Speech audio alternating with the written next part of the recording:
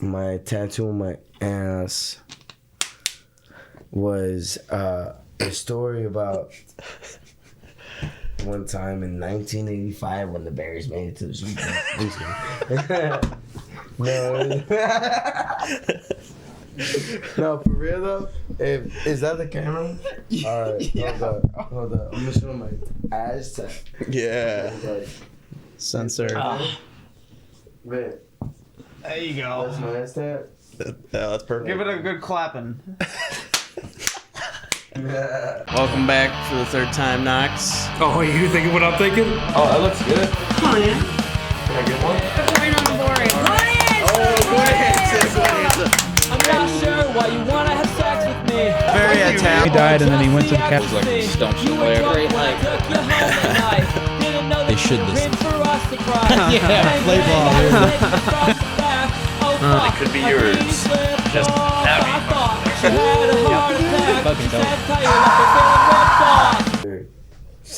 Like it was either fucking all this fucking bullshit in the city, all the bullshit in the city, or all the bullshit in the small town.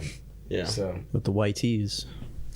Got all the bullshit everywhere. motherfucking racist ass bitches that I fucking had to give them a little 2-piece with the soda. Yeah. You know what I mean? Yeah. It's okay. What are you 2-piecing in soda in? There's plenty of motherfuckers that have 2-piece and sodas.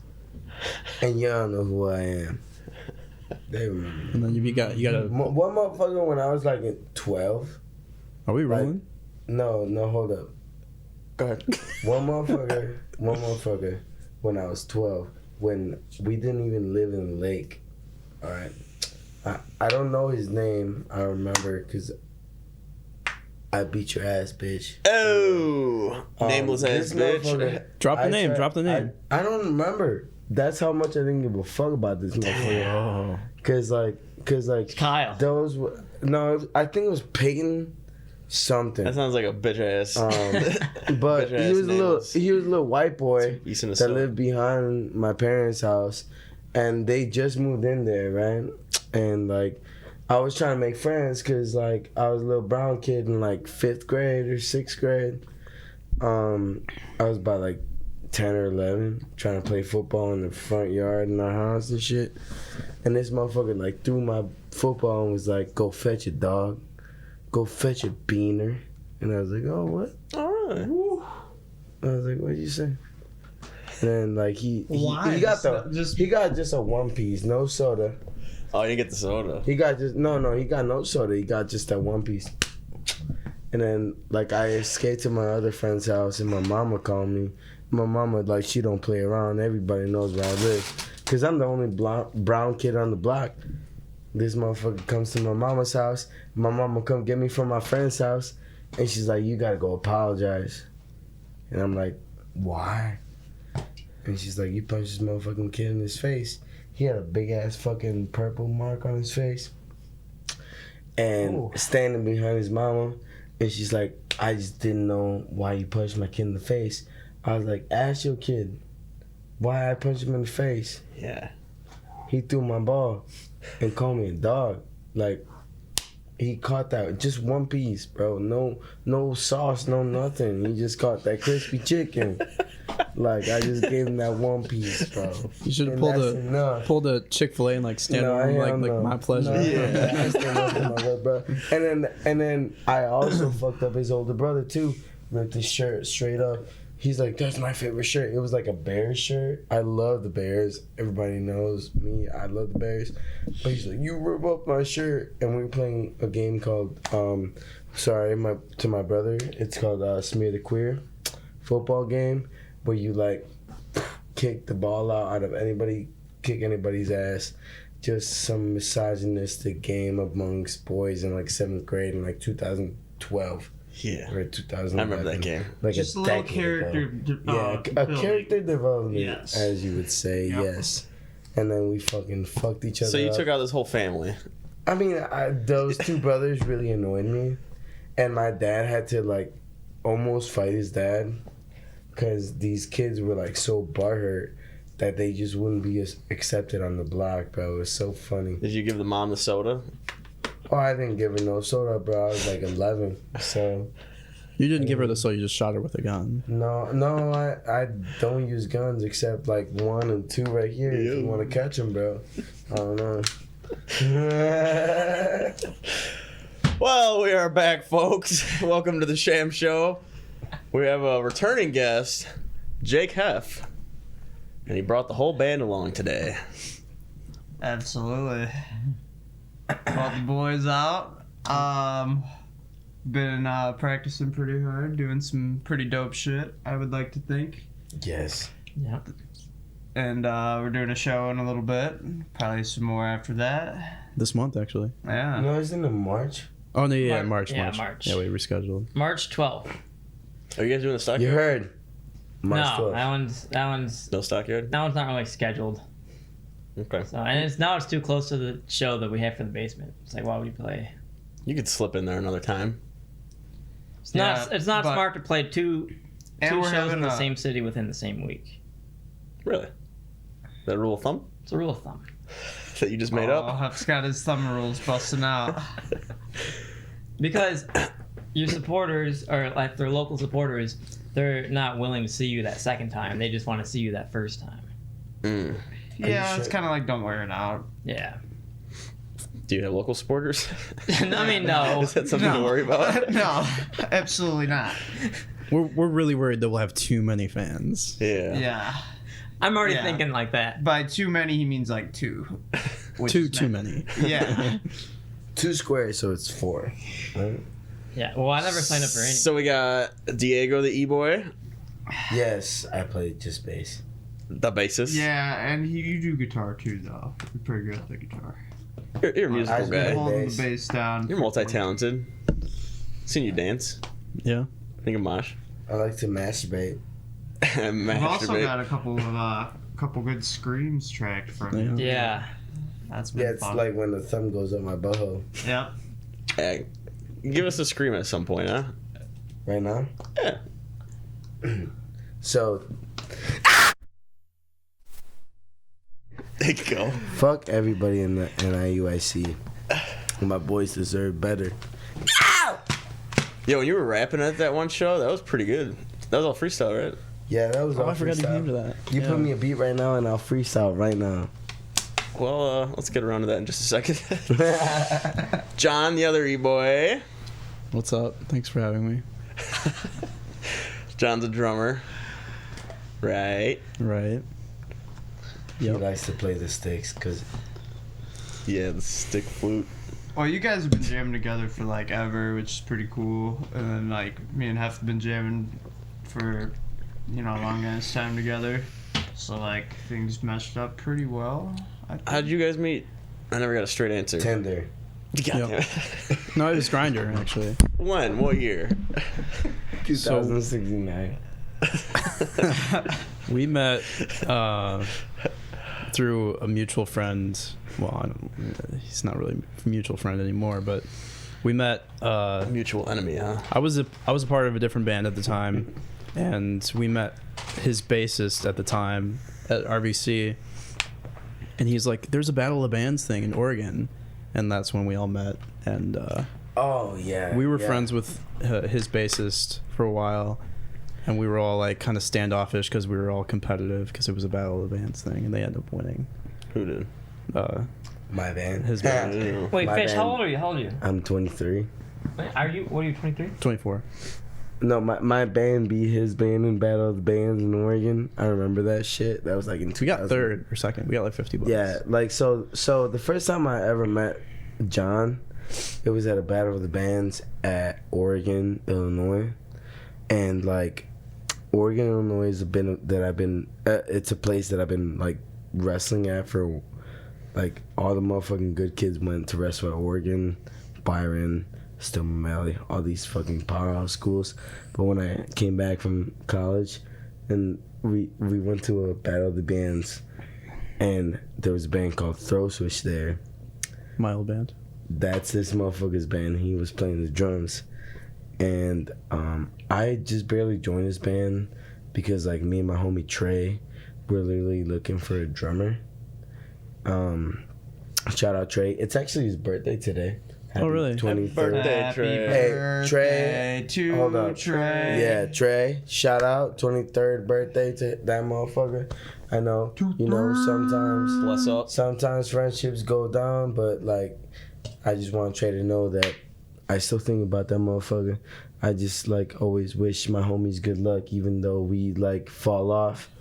There's nothing wrong with falling off, but shout out Trey for turning 23. It's hard to turn 23, you know. No one likes you when you're 23. Yeah, well, yeah, that's what They really don't Blink-182 like you said, anymore. Wait, John, when did you after turn that. 24? Yeah, brother. It November. just gets less and less. Did Yeah. I meet you before your birthday? No, I think we met when we were like 20, 21. I think you were 22 maybe. Because like, no wait, 2018. That was fucking 4 years No, I'm talking ago. about these guys. Oh, this yeah, was. yeah, Wasn't yeah. that this year? Because Yeah. like, No, it was last year. oh, Yeah, last year, 21. sorry. Because like when you was like, oh, I'm leaving Anti-State, we were in a band called Anti-State, and we were playing with like Slipknot's kids who are, We'll get to that. yeah, Simon Cran. You can't. And I'll take the smoke. I'll take the smoke. let's get to the If Slipknot this Marco motherfucker over here be like, yeah, motherfucker, suck my dick on my podcast. He gonna be the next Joe Rogan. I'm gonna be like, bitch, Simon Cran. He trying to talk so much shit on we my gotta spill the drum. tea What first. are you talking about? Yeah, we gotta. Yeah, get some, explain. you gotta get some context. One thing at a time here. Gotta get some Yeah. context. All right. Can we go what about Des Moines? What happened? Okay. So we were in this band, Diego and I, our last previous band, Anti-State. Anti-State, and the bassist knew Simon Cran, or no, what's his dad's name? Yeah, it's Sean Cran. Sean Cran. He's from, the from Slipknot. he's the clown in Slipknot, and his son and him were friends over PlayStation or Xbox, and the bassist that we played with, he was like, we were really looking for shows, and we're like, oh, I'll help you out, because his parents are in Slipknot, so of course they have a lot of help. So he's like, why don't you guys play Gabe's with us in Des Moines? And we're like, okay, or in Iowa City, and we're like, sure. And we go over there, play a show, and then their band's called Vended, and they released a single on iTunes or Apple Music, and it sounds a lot like their parents' music. So I was like, what did I say? They sound like Venom. Nevertheless, though, they are Like good musicians. They are talented musicians. They are very talented I'm not hating on musicians. that. I'm just saying, like, They really are. I think they went viral on TikTok. No, yeah, Griffin Taylor. Shout out Griffin. That's Corey Taylor's son. when we first met them, they were cool. They guys. were really awesome. Like, Jeremiah, Yeah. the bassist. Shout out him. I really had a good experience with Jeremiah, and then grew to like the rhythm guitarist. You know, the lead guitarist was also very like genuine. It's just, you know, sometimes you just don't really. So when they connect released with that people. single on Apple Music, I was like, oh, Venna, just like jokingly. But when I started, you know, kind of hounding on them, That knot is pretty fucking hilarious. Ryan is like the old bassist. He was like really close, not really, but he's like, dude, they're making fun of you, or my drummer's making fun. He tried to fuck my ex girlfriend. Yeah. Oh, that's Yeah. the rub. I was waiting for that. I say it. I was waiting for Whatever. it. That's the T, really. But like, That really is a T, because like they had some friends called Omerta, and if you listen to Omerta, I'm sorry. This is fast forwarding to the show we played in Chicago with. Yeah.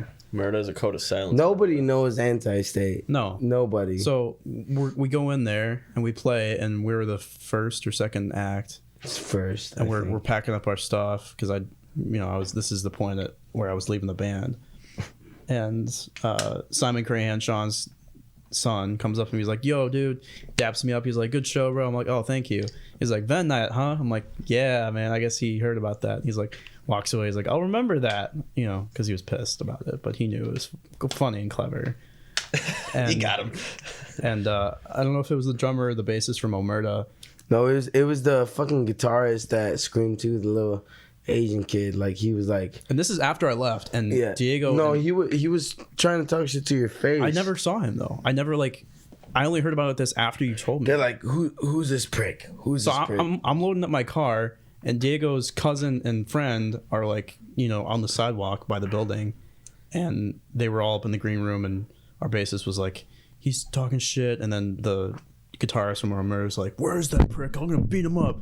And then Diego shows me a picture of him on his Instagram. He's They like, were gonna beat you up he's because like you shorter- said Vednat. bro, because I'm like, I made one like little jab joke at them, and they let it go. Vednat. They let it go to their heads, and I'm like, I live rent free in these people's heads.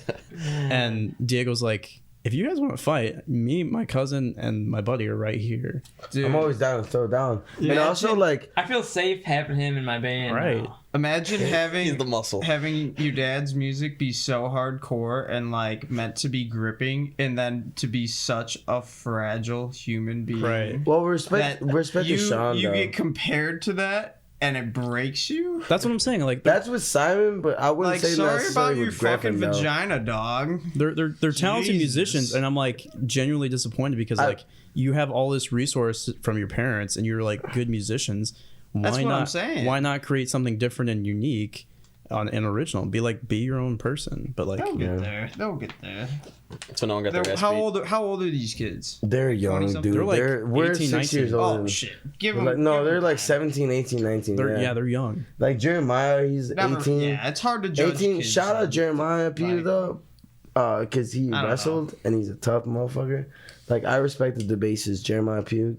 And I Like- don't necessarily like feel bad for them because if I was that young and I got to that point, because they're That's a lot. gonna play Slipknot Brazil. Yeah, You that's, know. Yeah, and, Yeah, I told you and they had a Venezuela. viral moment on TikTok because They really did. people found out that he was his son. Right. Yeah. And I saw this thing on like Google News or someone sent it to me that like Corey Taylor was in a bathtub crying over the It's joke not I Corey made. Taylor, it was Griffin Taylor. But Griffin Taylor, yeah. Also, Oh, like, the I joke didn't you think made? Griffin Yeah. Taylor. But I don't think Griffin Taylor, like he really is one of the. Like, he was not aware more of anything because he was just like, oh, I'm Corey Taylor's son. I don't Right. know. Like, it sure must be a difficult spot to be in to Right. be Corey Taylor's son. You know what I mean? Like, you're a Yeah. fucking Slipknot's lead singer's son. Like, You I always don't know. gotta look That to shit that. must be difficult. But they don't- Even to be like Sean Cran's son. Like, that's why they don't when need to we get play they with don't need to them- let it get to them though. Yeah, and I mean that's why I wasn't like, oh, I hate them, but like, I just don't. I wouldn't want to go And I'm on not- tour. I wouldn't want to go on tour. Fucking though. Yeah. Where did that come into play? Oh man. So yeah, Delve into that. Diego's ex broke up with him. Let's quit discrediting them as musicians and just discredit. No, them. don't discredit them as musicians because No. Simon Cran See, we is can't win that one. fucking good. They're at good. drums. They're good. They're good musicians. bro. Simon Cran is. I'm not discrediting him. Like, I don't want to. Okay, be but how else does he quoted. suck? I don't like. He just sucked as a person. Yeah, yeah. That's it. We're separating That's the art it. from the artist here. Because Simon Cran is fucking good. We went and saw him practice, literally. Like, I'm not even shitting you. When we showed up in Iowa, we showed up in my old ass Cutlass. My 1991 fucking Cutlass Sierra in Iowa Was that really City. loud? And then this motherfucker showed up in his little Honda from like 2000, right? Playing for Anti-State, right? And we showed up in this warehouse, and that's where Simon Cran was practicing with his homies. And that's respectable, though. Like, that's respectable. I ain't even hating on Simon. Like, that shit, he's a respectable musician because he's putting in the work. He's drumming all the time. Like, you can't hate on his craft. Just gotta hate on his, Why don't you like him as a person? because he's You an want to fuck his asshole. girlfriend. No. That wasn't Simon. Yeah. Simon doesn't even know my ex-girlfriend. So, like, Simon's just Sean Cran's son, and he's a very talented musician. Like, I liken it to an athlete being on steroids. Like, you have the advantage, but you still got to put the work in. Like, you have to work out still. But, like, why not just do it naturally, you know? Like, you'd be, at least in my book, more respectable. I mean, he still puts in the work, though, with like... Yeah, I'm not saying he isn't, but... If I can get away with taking steroids, I'm taking steroids. Marco used to take steroids. Yeah, I did. I remember. That's how I got so ripped. It was 2 years ago. No, maybe it was last year. Marco was on the roids for a hot minute. What are you talking about? Remember? Told me, bro. I was on steroids because I had like some kind of infection, or whatever those like medical steroids are, but not for working out. Embolic steroids. Kurt, back me up. And then I tried to have sex with a girl and I couldn't get erect. Yeah, I remember that story. You Right. were on the roids for a good 5 months last year. No, I wasn't. Yeah, you were, dude. It was like antibiotics for a month kind of deal. Do I look like I was on steroids? Look at me. Kurt, back me up, dude. Wasn't this like in the summer? I'm not gonna back that one. This dude. is in the summer, right? Like, Yeah. And then I did try having sex with a girl, couldn't get erect, and she was very upset. all It right, was the all steroids. right. Hilarious side story for you guys. I don't know if you guys saw it, but we did an OnlyFans special recently, and they asked what Marco's body count was at. Cheyenne and Genevieve did, and Marco didn't know, and then he recounted it, and he's like, "Yeah, dude." So I guessed that it was 10 or 12, and they're like, no, it can't be that. And it was 20. which is hilarious. But he's like, plus there were 2 times the way I couldn't get it up, and I was like, damn, so you were 20 and 2. That's not a bad record still. 20 It's and 2. not. It's a great fighting record. That's like some wrestlers saying that they got 2 forfeits, bro. And the you 2, don't really hear win. me out. The 2 is not a loss. The 2 is a tie. Yeah. Right. So Because like it's not gonna decrease your body It's count. 20 like, 0 and 2 then. Do it right, Kurt. Not 20 and 2, 20 0 and 2. Like hockey terms. No, it's 22 and 0 because you don't Yeah. lose. Right. You don't ever lose. Yeah. Or every girl that you don't have sex with is an implied loss. Like Usually I I'm don't gonna- mention the 2, though. If you get to that Usually point, just it's a a flat win. 20. Essentially. Yeah. Right? 20 and 2. You don't know sports, Kurt. 20 0 and 2. 22 and Have 0. you don't know fucking. We're not talking sports. We're talking. Diego looks like he's getting Talking thoughtful bodies. over there about something. He's thinking about his own sex capades. Yeah, he's thinking about his own record. his sex capades. I have no record. I'm 0-12. What'd you say? I'm 0 and 12. Shit. It's alright. Damn, bro. Keep at him. Yeah. Keep your chin up. Yeah, that's better than 0 and I 11. think about Jesus Christ a lot. Oh, wow. Did you guys Not finish a- your tea stories? Because I was really confused Yeah, by yeah. the crayons and the Taylors and the goddamn... who Yeah. else? Oh, God. Ex-girlfriends and Oh, Lord. sexcapades and Slipknot. And PlayStation and the Battle of the Pudding. Bands. So did Yeah, that was Slipknot really- cheat? It's really all over On- the place. No, it was the kid from Anti-State that made all the stickers that tried to fuck my ex-girlfriend. He made I'm stickers not- saying he wanted to fuck your ex? No, it was just a band name. I'm not gonna say no band name because like I don't know. I just don't. Well, we already have. So. Yeah, I mean it's okay, but people don't know who the fuck we are. So I'm not gonna say anything. It's in the I past. don't now. know It doesn't- anybody. Doesn't but, really matter. Whatever. Right. You know, my goal is to make better music and practice good music and be a good musician. And I don't give a fuck who knows me and who knows my future and who knows my past. And I wish good luck to everybody, prosperity, and yeah. Diego, no one wants to hear positivity. Start talking Well, I some don't shit. give- nah, I mean, I'm not. That's like your specialty. Yes. We're in. I could just if they wanna John, would you like hear to shit talk from me, then they can not. French kiss my clenched fist with all respectfulness. And I'll start a beat and get Diego rapping. Yep. Dude, Diego has a tattoo on his ass. Don't. Yeah, tell him about It's a that. backpack. Yeah, that was a story. So my tattoo on my ass was a story about one time in 1985 when the Bears made it to the Super Bowl. No. No, for real though. Is that the camera? All right, hold up. I'm gonna show my ass tap. Yeah. Like, Censored. man, There you that's go. my ass tap. Yeah, that's perfect. Give it a good clapping. No, for real though. We were.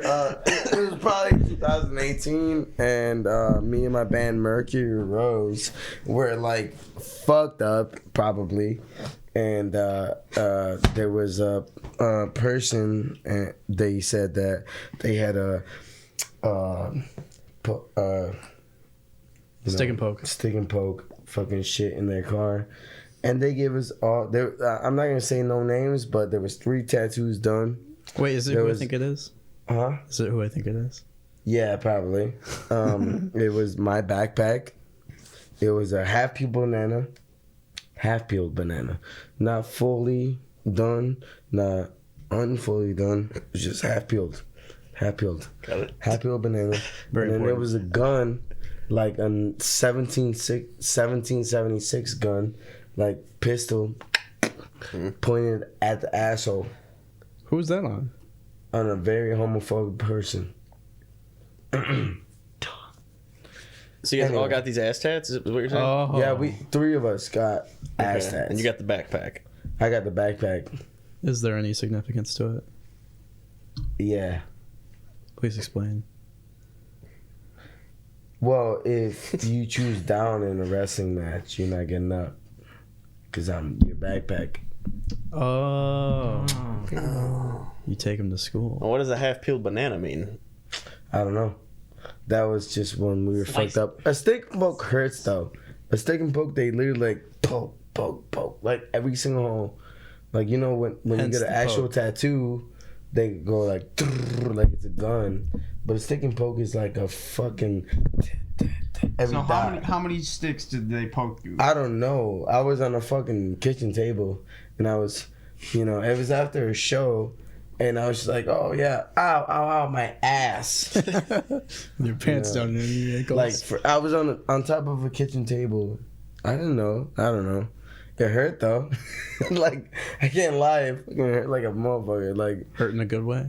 no, maybe I don't know. I wonder if we can play that ass. We can play the ass, right? Yeah. We don't have to blur that. It's just an ass. Bling. We'll have to look into the rules. You on have to that. become a premium subscriber. Yeah, honestly. Red. Honestly. Join our Patreon. Yeah. Correct. How you're thinking? Yeah. What about you, bud? What about me? Yeah, Jed. Explain your life in a brief summary. That's a big question. That's not a question. Yeah. Well, It's a you, statement. It's a well, you demand. just graduated from college, right? Mm-hmm. Well, I don't even where were you at? Northern. And Go Huskies. Go Huskies. So If anybody tries to talk shit to John, I'll beat your ass. dude, you went to Oh, God. Oshkosh. I did. Yeah. Shout out Efrain Ayala. That was my wrestling coach. Why would you say go NIU? Because John's my homie. Hard to argue with that. So No you guys logic. met at RBC, right? No. No. We met at the Battle of the Band. On Tinder. On Tinder. Yeah. I've heard 6 different stories. So I don't even know anymore. It's up to Brian, you. You guys met through a mutual friend at RBC? No, we just met there. You met at RBC? So that In next one class. was class. That's a cute love and story. then Yeah. you knew Schlad through like Yeah. mutual friends. is what it Schlad. was. Schlad was from Will. And then I like this one. How did you meet these fellas?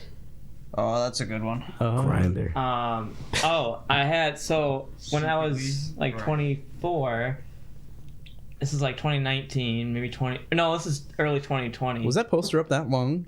Posters up in that one. Wow. And so this is like early 2020. I was really looking to start a new project as a keyboarder, like a keyboardist, like not. I wasn't singing at that time, so I wanted to be keyboards. I was looking for a drummer and a vocalist, and so I made like a poster and put it up at Gazzardo's music store, and never got texted on that number once until 2 years, almost 2 years later. So now flash forward to like late 2021, John hits me up and is like, hey, you still looking for a drummer? And now, Kurt and I already had Heff and The E-Boys rolling. I was like, well, we do need a drummer. Like, it's not the project that I have that poster up for, but like, yeah, here's some of our stuff. And I just went like that. So the moral of that story is keep throwing the lines out because one day you're Yes. gonna reel in a John. And a That's the Diego. moral. And yeah, he just John's a catch, bro. Yeah. Yeah. he came along like Oh wait, and then we got to talk about how Diego got into this because that was funny too. John shows up. Kurt and I were gonna show John this room, the studio, and John's like, I'm bringing my buddy Fish, and all of a sudden Kurt and I open the door to you here, and Diego walks in and is like, hey, I'm Fish. And that was history from there too. Yeah. Great story. It just was random. It just worked out. He just picked up a bass down here and started playing. And Kurt's like, yeah, you could join our band. Hey, I'm Fish. It made sense. And if anybody that doesn't know me, and if I don't know you and you don't call me Fish, I'll beat your ass. I really will. It's threat number 3. Why do they call you Fish? Yeah. Just because I don't want. Are you a Pisces, bro? Around there. Bro, are you a Pisces? No, I'm not. Actually, I'm a Cancer. You like swimming, bro? Oh, Cancer! I'm a Cancer, dad. But if you want to call me a fish, like, you know, you can like kiss this elbow, or like you can like, there's 4 knuckles on my left wrist and then 4 knuckles on my right wrist, or like I got a chin, or like a forehead, or like a knee. I don't know, like it Ooh, a headbutt sounds dangerous. like it just depends on what you want to wrap up. I would probably die from a headbutt. Right. Imagine getting a headbutt. Or like if you want my forearm like right into your trachea, and you want to like. Diego's love language is violence. That's how you know he likes you. Imagine taking a headbutt to the head. You would crack your skull. With that head, for sure. Yeah, you would die. You know, there's a lot of homies out there that I know can kick my ass, and like they're also very dangerous. But like, you know, you just gotta stay like very loyal to your homies too. Like honestly, like you know your homies, trust them, know them.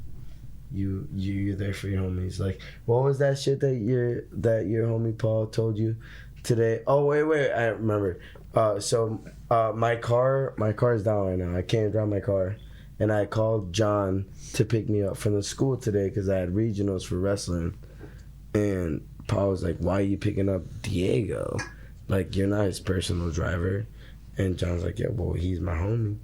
And I'm like, "Yeah, John, like I'd fucking pick him up from anywhere too. Like if I really needed a ride or whatever, or if he needed a ride, you know, like you're just there for your homies." You can't be all hard. You gotta be soft for your homies sometimes too. You know, I think that's why we play together. You gotta kiss him goodnight. You know. No. Well, maybe if you want to kiss. I don't know. You ain't homies if you don't kiss him goodnight. It says here on this card that you're a wrestling coach. Is that true? Yeah, that is. What? Is this PBS? Is this PBS? Am I on PBS Kids? It does say it on the card. Yep. Yeah, I am question a right wrestling there. coach. I love wrestling. I think it's one of the greatest sports that you can do. I talked a lot of shit to you and the other dude that was here the other day. Keaton, yeah. Keaton was about ready to stomp you, bro. Yeah, I know. I remember that. I apologize to Heff. And No, he was fine. He's like, no, but I was really like ready just to throw everything. Anyway, wrestling is such a sport that you know you really gotta gets your testosterone flowing, huh? I guess it's something that gets you moving. What's the greatest thing you think about wrestling? Like, what's the best aspect of it? The tombstone. No, I think the best thing that you can learn from wrestling. What's the best aspect of it overall? What do you enjoy personally? The ability to be able to Cling to sweaty protect dudes. yourself. Honestly, because you know, I've always been a small person. Well, not anymore. Yeah, I'm 175 right now. I wrestled 125 in college. I wouldn't have talked shit to Keaton if I wasn't this big, but I mean, he's a big guy. You know? yeah, he is. You could beat Keaton's ass. Yeah, Like, Keaton's not a but- fighter. No, Keaton's just a professional shit dogger. like, hold up. I'm not even talking shit to Keaton because it's not nothing about Keaton. It's just about wrestling, right? Keenan, I actually liked him, and I really felt bad because like I fucking texted Heff the next day. I was just gonna apologize because I talked way too much shit, even to you, bro. Like I was like, I'm about to beat your ass, bro. Like I was just really talking shit. I don't know you that well, so I thought that's how you normally were, and I was like, oh, Diego, okay. And I'll talk shit, bro. And like I love, you know, I don't know, you just train with the best and whatever, get the results. And I think when you try to train kids, they have to learn from you, and you can't be overly confident or like, I don't know, can't bite off more than what you can handle. You know what I mean? Mm. So I'm not gonna be a coach just gonna be like, oh yeah, we're the best, because like, you're not. No, can't be the best. No, there's only one of those. If you were that's a good cool. wrestler, like that's cool, but like you're never gonna be the best coach, right? Who's the best wrestler? Jorge Masvidal. In what aspect? Who's the best wrestler? Just wrestling. Ever. Is it Vladimir Putin? He wrestles. No. He wrestles bears. No. The best wrestler in general. Yeah, of history. Brock Of Lesnar. history? No, fuck no. Are you kidding me? Brock Lesnar will get his ass whooped. No, Who's you that kid guys from are- Iowa? Is it The Rock? It's fucking Cale Sanderson. Cale Sanderson was an undefeated college wrestler. No, the guy from Iowa. What other guy from Iowa? Oh, Spencer Lee. Spencer Lee. He's also a sick ass wrestler. Anthony Cassiope from Hononegah. Y'all know Hononegah? That motherfucker's killing it in Iowa right now. He's ranked 3rd, I believe. And he's got to face... Oh, no, he's ranked 2nd now against... Oh, no, maybe 3rd against Mason Parris from Michigan. And number 1 from Minnesota, Gable Stevenson. But Anthony Cassiope from Hononegah, he's somebody to watch out for right now during this NCAA tournament. There's a couple of guys from Illinois to watch out for. Fucking Austin O'Connor, he won NCAAs last year at 149. He's from St. Rita in Chicago. That's another one to watch out for from Illinois, you know what I mean? Like, there's some motherfuckers from Illinois that come out. You know, Illinois is like an underrated state. Pennsylvania, definitely one of the best. But there's some kids from Illinois that show up in the NCAA tournament and make some noise. You know what I mean? And I'm about it. I'm about it. I want to watch those motherfuckers. Yeah. I mean, I coach, you know, and it's cool to see my kids move on. It's cool to see my kids now move on, whatever. I got girls sectionals next week. You know, there's a girl that placed 7th in state last year.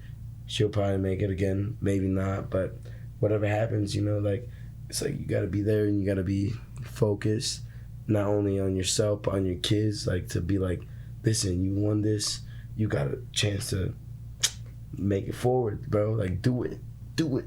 What's holding you back? Going along with that, I have a question for the band. You guys ready? All right. Your mom gets to view your full, unedited internet search history going back 10 years, or she has to stare at your butthole for 10 minutes. What do you pick? First one. Search history? Yeah, easily. Heff seems like a butthole Yeah, guy. nah, search history. Oh, I'm just not gonna look through my search history. Now she has to. Going back 10 years. She just wouldn't look. How do you make her look through? Kurt, this is the How do you make situation someone you're in, How do you make alright? someone look at a butthole for 10 seconds? 10 minutes. I could make someone do that. Was it 10 minutes? Yeah, 10 that's minutes. more 10 minutes. doable. A butthole staring. I don't know. Come on, Curtis. We'll go with the butthole. Butthole, yeah. Yeah, For take sure. that. Yeah, I definitely have my mom look at my search history. Yeah. Yeah. Okay. Hey, Like, she don't understand. what are the Sham Show rules of taking a piss mid-show? You can take a piss. All good? Yeah. It won't fuck up the... No, you're gonna ruin everything. Oh, I'm sure I can't be the first one, right? Well, I'll be the second as soon as you're No. done. I We've knew got a you few were- I knew pissers. you were waiting. You're the first Hey, one this way ever. people get to see what I was wearing. No. Yeah, look at that. Swagalicious. Yeah, there you go. Okay, Heff, you're in the fruitcake zone. Would you rather eat an earwax omelet or a hair sandwich? That's like disgusting as shit, and I would not want to do any of them. Well, now we can talk bad about him now that he's gone. So Yeah. Let's talk shit about Heff. I gotta pee before I do that. He's bald. What else we got? Oh, we could rip into him for his fucking story last week. What was his story last week? You know the story. Which one? The fucking fruitcake story.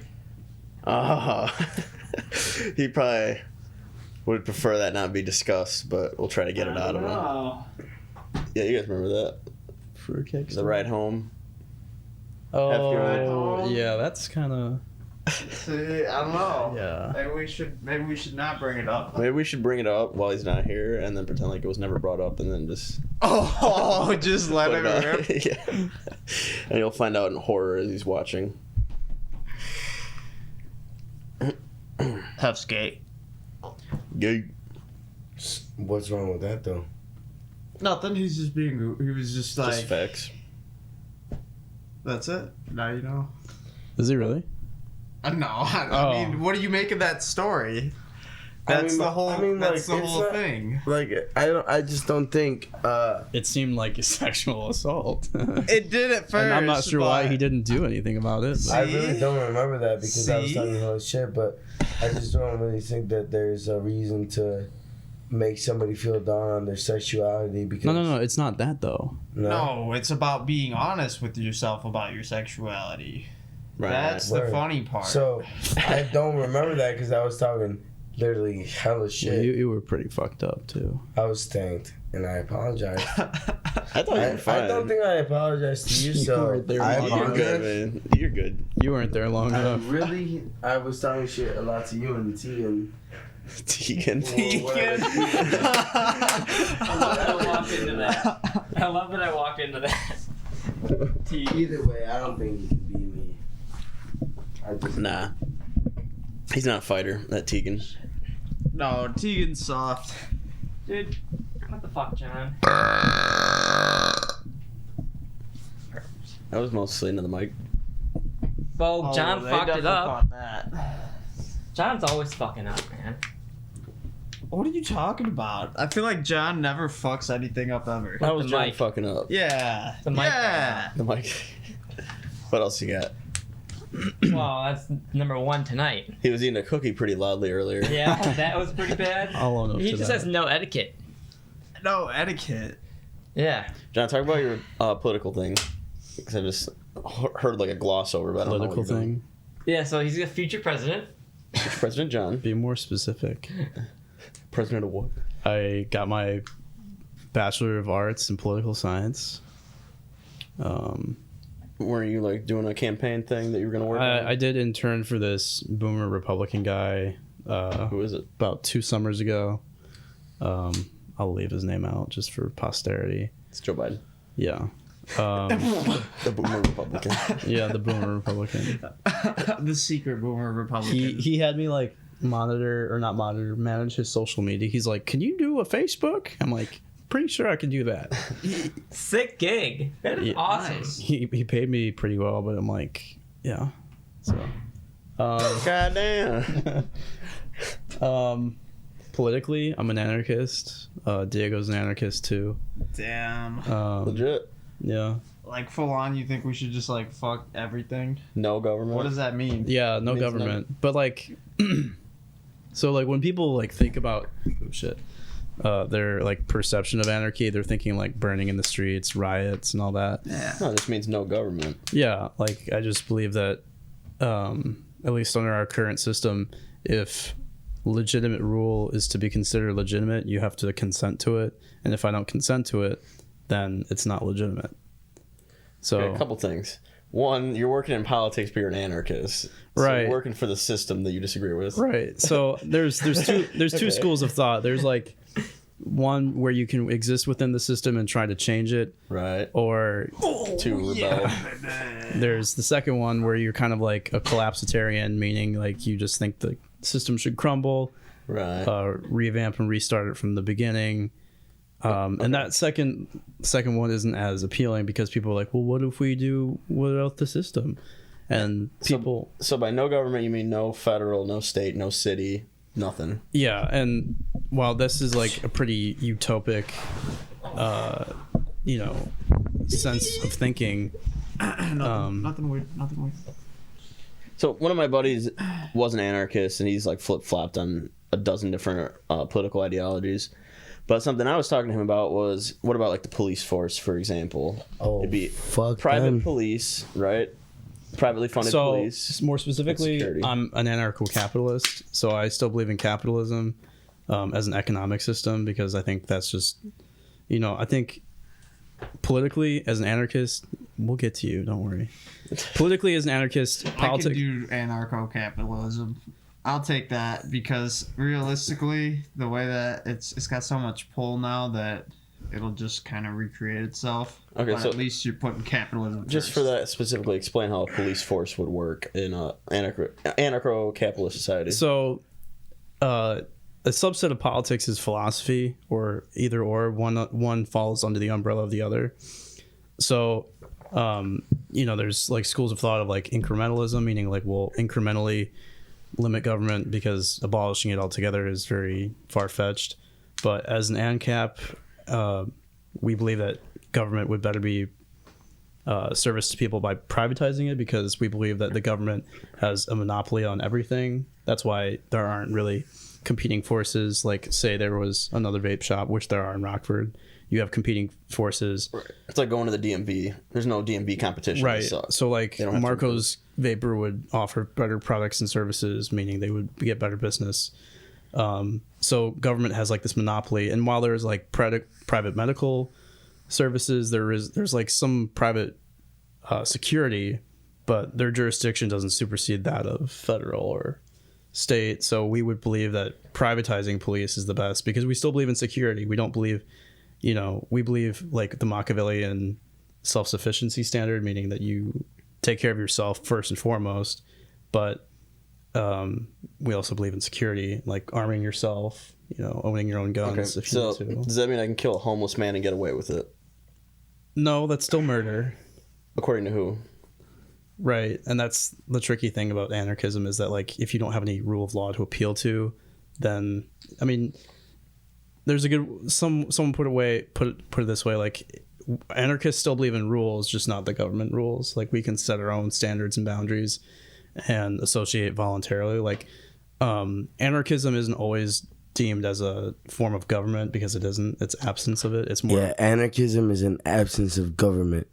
Anarchism is more a relationship. Like the relationship we have now in this room is like an anarchist one. Or internationally, there is no international law, right? Like if war were to happen, that would be happening between the two countries and their system of law. So we could purge homeless people if you had it your way. No, that's just too much thinking into it. Like there's no. Not at all, dude. That's like a surface. You thought. want to purge people though? Like No, I'm talking. My point in that is that you're talking about private police and security that people would have to pay for, right? To protect themselves. Wait, hold so on. if you're a poor person and you can't afford private security or police, if you're a what's poor stopping me person, from you straight can't. murking you? No, if you're a poor person, you're getting killed by the cops. Right. And that's it. Like how? Like okay. So time out. Do you believe in the police right here?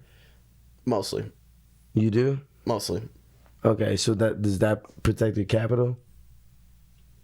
I think it's relatively obviously there's issues with race and money status, but that generally, protects your they'll, capital, and so you're a serf, brother. Do you think they have a vested interest in protecting your life or property? They have an invest in protecting I your think they're held property. accountable to do so for By who? the most part.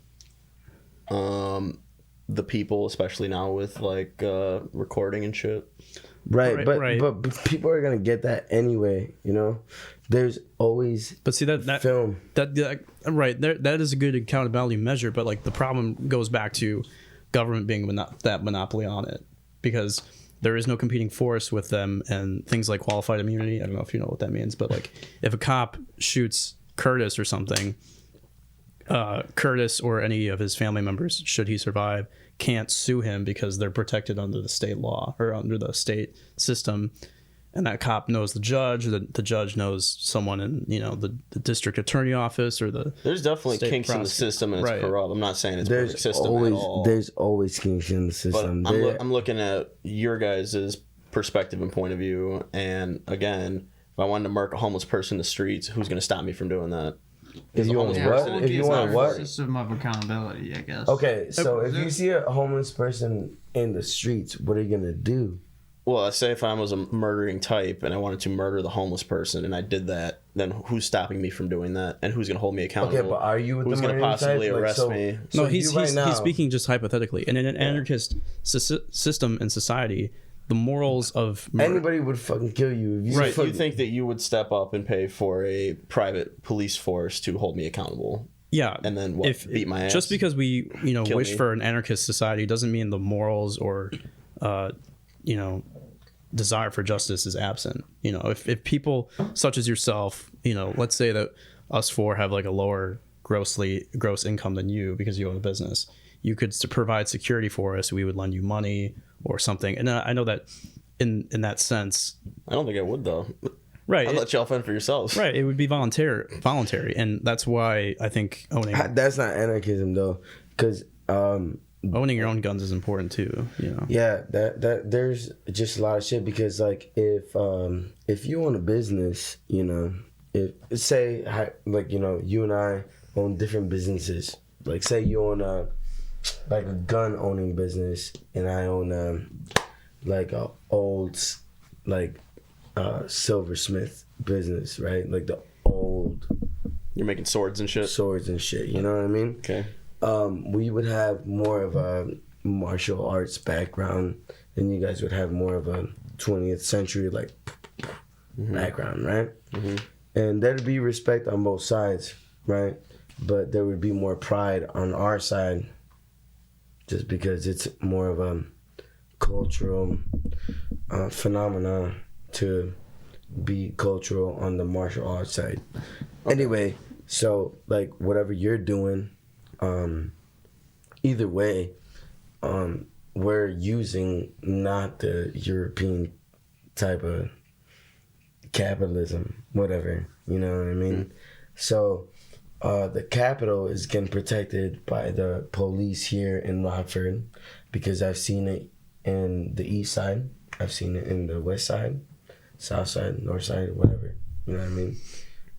Being brown and speaking a different language definitely feeds into knowing what goes on here. You know what I mean? There's a lot of shit that happens, but it's just what you live, who you talk to, what your branding is. There's so many factors to being a human that's really hard to be yourself, I guess. You have so many factors to feed into your persona, right? So even if you want to be like the greatest drummer, like I believe that John is the best drummer that I have played with in my life, just because like I've jammed with him for 5 years, and it's no joke. I thought he was reaching for a cookie. This is my homie. This is my homie. You know what I mean? And then I'm with these guys, and like they're very good musicians. Kurt can definitely jam. Like there's no second guessing on what this motherfucker could do on the guitar. Is he the best guitarist you ever played with? That's a very figurative question because am I the best bassist that he has played with? You just said that John's the best drummer you ever played with, right? Right, but me and John are homies. Like, we're very big brothers, And they're, like, I have played with very good drummers, no doubt. But what he and I are trying to create is different than what me and Kurt are trying to create. It's relative, brother. Mm. It's relative. It's just, you know what I mean? Like, there's just so many factors to life. Like, you and I, what do you and I have in common? Not Probably not a lot. We're both on like the brown side. I mean, I'd say you're a little more on the blue live side than I am. You know what I mean? Okay. I'm a little blue. Yeah. And I'm not. So we don't have that in common. Yeah. That's not on the list. But I'm not gonna necessarily put you like on the bottom of the totem pole. I think there's Appreciate that. things that we can relatively there's still on, more right? common ground. That's like the unspoken truth of the human experience, especially with today's media that is so divisive. Everybody wants you to pick a side, determine who's right, and it gets into a lot of philosophical thoughts of what being right even is. But I definitely think it makes more sense to live for the common ground, you know? Heff? I'm a Green Party. Are you really? What does that mean? Jill Stein, maybe. Jill Stein. Is she like really hot? No. I mean, unless you're into like older hippies. No, I mean, Green Party. Are you really though? You've said it before. I've been like that for like 3 months now. Nice. Hey, that's a third party, dude. I'm third party, so. Yeah, I definitely agree that fuck the two-party system. Yeah. Entirely. No, two-party Throw that system whole shit out. ever. I'd say... Have you heard about the shit in Ukraine, bro? What's going on in Ukraine? Russia's trying to Do you not know what? That they're lining up the border. Yeah. And you know how like Ukraine is part of like the fucking like the shit with like the U.S. and Britain and shit. Nope, Like, I just need to know who we're bombing. We're no, allies. that's fucked up though. We're allied with about. Ukraine. Yeah, we're allies of Ukraine. I don't know that we're specifically allies with Ukraine. We know we're enemies of Russia. Russia. That's exactly Like, makes it. us That's default allies. exactly Right. it, brother. Dude, you talk about Russia on YouTube, they're gonna demand. Like those 13 countries that What? are like, Why are we not allies with Russia, though? What's the big deal? bro, because they're the other fucking biggest country that can like overpower. They're actually really small. Has they just there hit the not landmass. ever been imperialism in the world? Like this is literally like modern age imperialism. Because like China, Ideally, though, like we should be trade partners with them and be peaceful. really, it really should be. They probably have a ton of oil, and we could provide them with commodities and other shit. And literally, like the world should just like live. What's bothering me most of all is North Korea. Russian babes. North Korea is shut the fuck about Russian babes, bro. Like, Yeah. like We there's could- we could really like import some more there's Russian really babes. some more important shit about Fund that. it. North Korea is like scary. Diego's trying to actually have a serious conversation. For real, like I just really The don't. man's think being it's- genuine. Russian babes? Yes or no? Yes, all the way. Are they blonde? They're all blonde. I'm sorry. No. Well, most of them. Come on, bring them over. I could live in Russia. So what For do the you babes. what do you think's gonna happen with Russia and Ukraine? Do you think that Russia's gonna invade? What's going I on? think if Russia like really puts an offensive, then it will definitely They're just trying to start. Generate, They're just trying to start World a. War III. They're trying to start a pissing contest with Yeah. the U.S. and they're Well, just like they're just trying to see whose dick is bigger. they're trying to Either see China, Russia, or USA. Because- whose dick is bigger. Biden and Putin met. They're trying to be like, oh yeah, I can bust a fatter nut, but who is? Yeah, who's got the big nut? And then there's China. Like really, it's like not the leader, whoever it is, Xi Joe Jinping. fucking Brandon or Xi Jinping. dumb Trump thing, okay. motherfucker, whatever his name is. Nobody's gonna like. What one person is gonna be like? Yeah, I'm the fucking leader of the United States. Nobody, bro. Nobody. That's just not in the human nature to be like, I control this whole country. It's 20. that's all human. That's all human nature is. It's human nature, bro. And they're gonna be like, it's like the NFL right now. You know how everybody doubted the Bengals against the Kansas City Chiefs. Hold up, let me just do this shit, right? Okay. Like, let me just talk Keep going. about this. Keep Just going. Let me talk about this, okay? So, the Kansas City Chiefs, the most fucking favored franchise in the NFL right now. Is that true? Who did they lose to? The Bears. The Bears. The Bungles, aka the Bears, because By default. because the motherfucking Bungles, Jay Shiesty, who did he lose to? He lost to Justin Fields and the Bears, right? The Bears. And the motherfuckers are right here in the Super Bowl against Matt Stafford, who. Matt Stafford, respect on his name. Respect on Matt Stafford's name. I'm not talking shit. Fuck Jalen Ramsey. He talks too much shit. Very good football player. Anyway, He's on the Bucks now. no, he's with the fucking Rams. He caught Brady's last touchdown. We're talking about. Hold up. We're talking about Jalen Ramsey.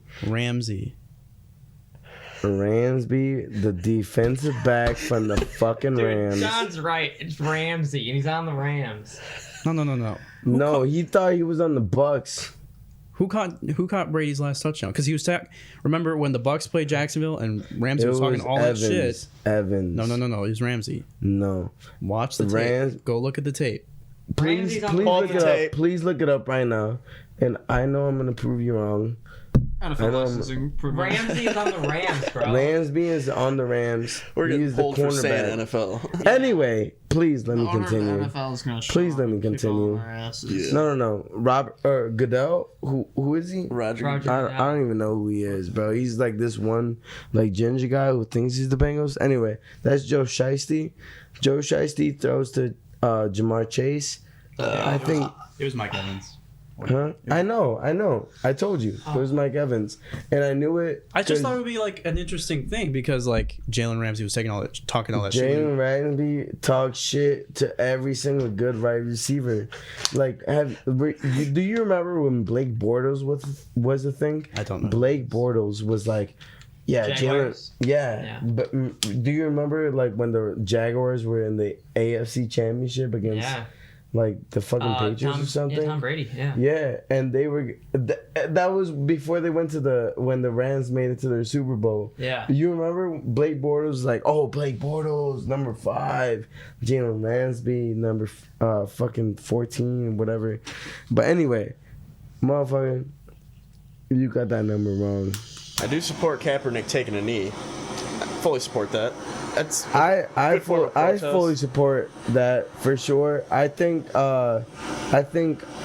you know it just depends on your political view. I definitely support that.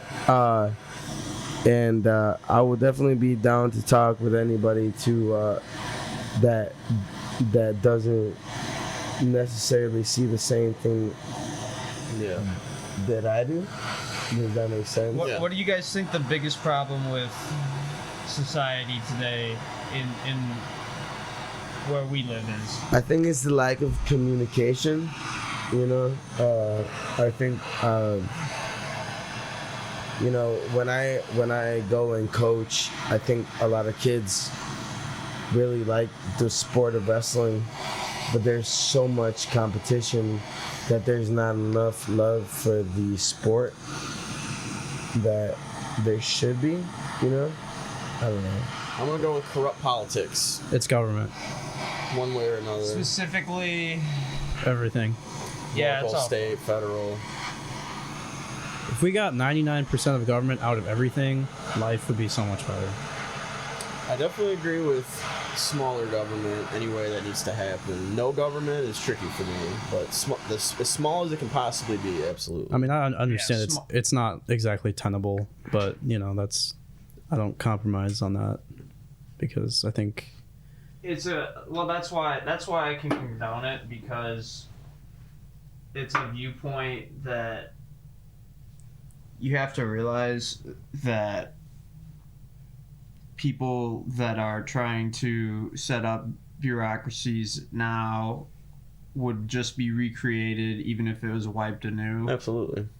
And that's why it's a respectable viewpoint, because like I'm that way with tax increases personally. Like, I will never support any tax increase ever, period, for anybody as long as I live. Yeah. Because even if they make sense, and even if I was like to oversee it myself, and like make sure that every single fucking tax dollar went exactly where it was supposed to, it wouldn't, because there's too many hands in any pot.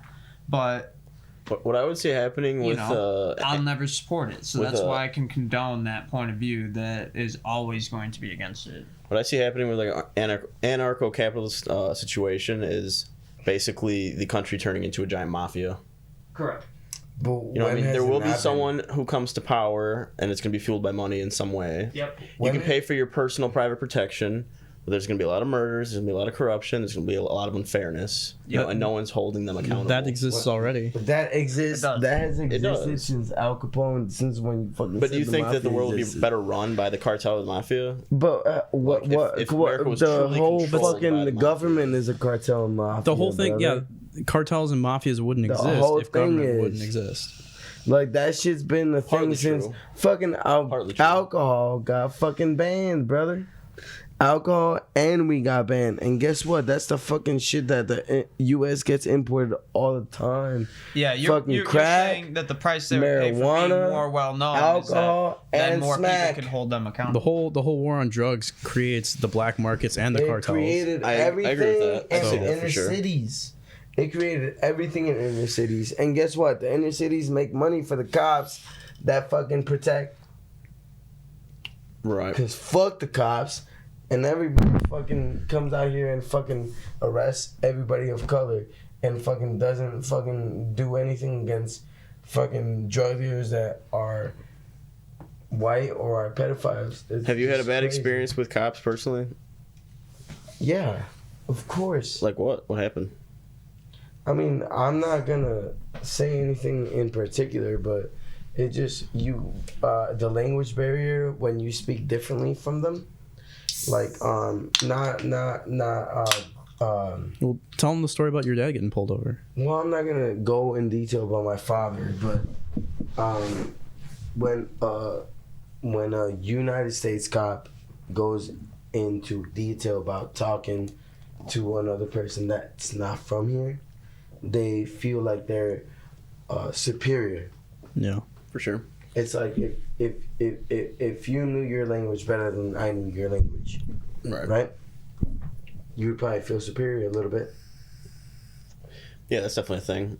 That's 100%. I think people sometimes feel that way in general, whether it's a cop or not. People at the fucking feel that grocery way store whether will you're feel a teacher or not. Right. You know, that's what I feel like sometimes when I look at myself as an educator. You know, am I being an asshole? Am I not? Because I don't want to be an asshole. You know, I don't want to be somebody that holds you away from you wanting to have a better education experience. And it's not even necessarily a language issue. Like, I find more of a problem with their status and not who they are as a person, but who they, because, this is gonna be a very... I've witnessed a cop spit on my dad. A white cop from Machesney Park in Illinois. Fuck you, motherfuckers. It's their position and this is gonna be a very anarchist point of view, but they're foot soldiers of the state. Mm-hmm. And if there are laws that we vote on, and that's another thing about democracy, but if 5 of us vote on a law, the one odd man out gets trumped over because he has that one vote, and especially being an anarchist, or at least libertarian, I think the most important thing is the individual, and that their rights shouldn't be superseded by the majority. And if people vote on laws that the cops have sworn to protect and serve and all that bullshit, then if they're protecting and abiding by the laws that I haven't consented to or I didn't vote on, then that's unjust in its own right. And if there's usually a majority rule situation though, unless it is like true anarchy. Like, there's going to be a majority, right? There's going to be people rising to power, right? And how do you decide stuff if it's not anarchy majority? Usually gets shut down right away. How many times have you heard about anarchy? Like in real life? Yeah, like how many times have you heard it? Like, it's a concept. It doesn't really exist. Right.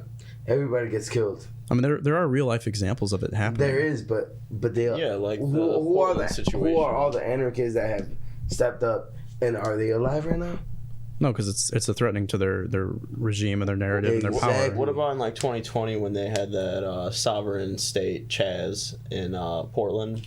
Yes, and it ended in shit. I mean, I guess that was our best exactly example proves- of anarchy. Well, okay, so that kind of proves my point a little bit because like there's a lot of stuff that you read about, and not just. I mean, I guess Portland was a thing this year of the anarchist movement in the United States. Yeah, that was our best example we've ever had. If you read about it in Mexico, The Zapatistas. the Zapatistas, if you read about it in South America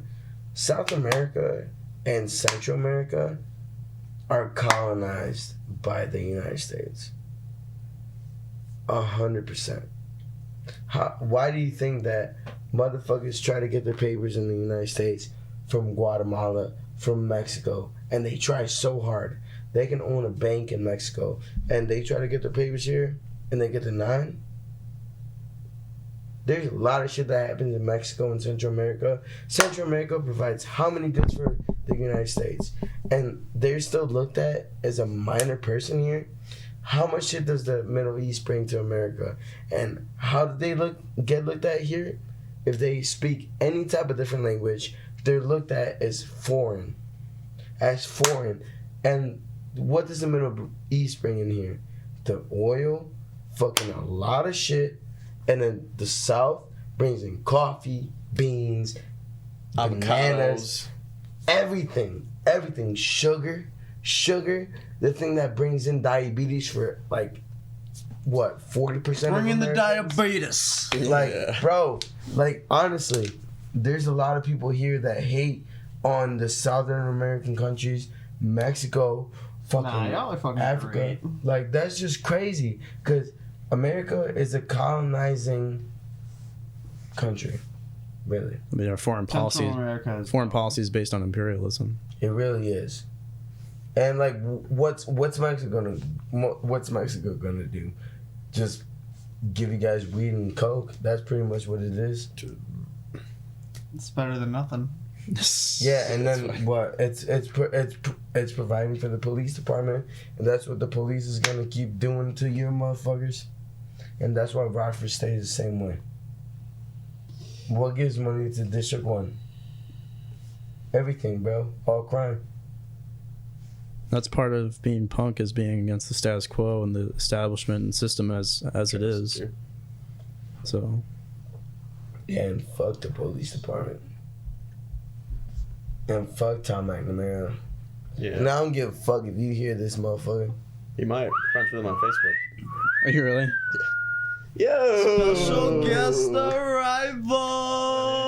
Yeah. You're gonna have to squeeze in with these fellas. Yeah. Get over here. Over here, brother. Sit on Kurt's lap. Sexy man down here. Yeah. Is that you, Michael? It's a lot of man sex. That's all we've been doing. Oh, man. No. Oh, we gotta go It's not watch like a Sound trap. Girl. Oh, yeah. Actively It's having 8:15. sex. Yeah. Oh, really?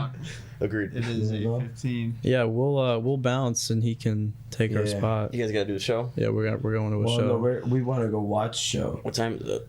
8 8:15. Yeah. You should go. What show is it? Stockyards. Hey, yo, fuck you, Donald Trump, and fuck you, Joe Biden. Fuck all the whiteys out there. And also, suck my fucking sweaty balls. Any motherfucker that wants to tell me that I'm a beaner, a wetback, a spick, and anybody that says the N-word with the hard R, fuck you. And suck my whole ass butthole with like 3 butt hairs. Suck my ass.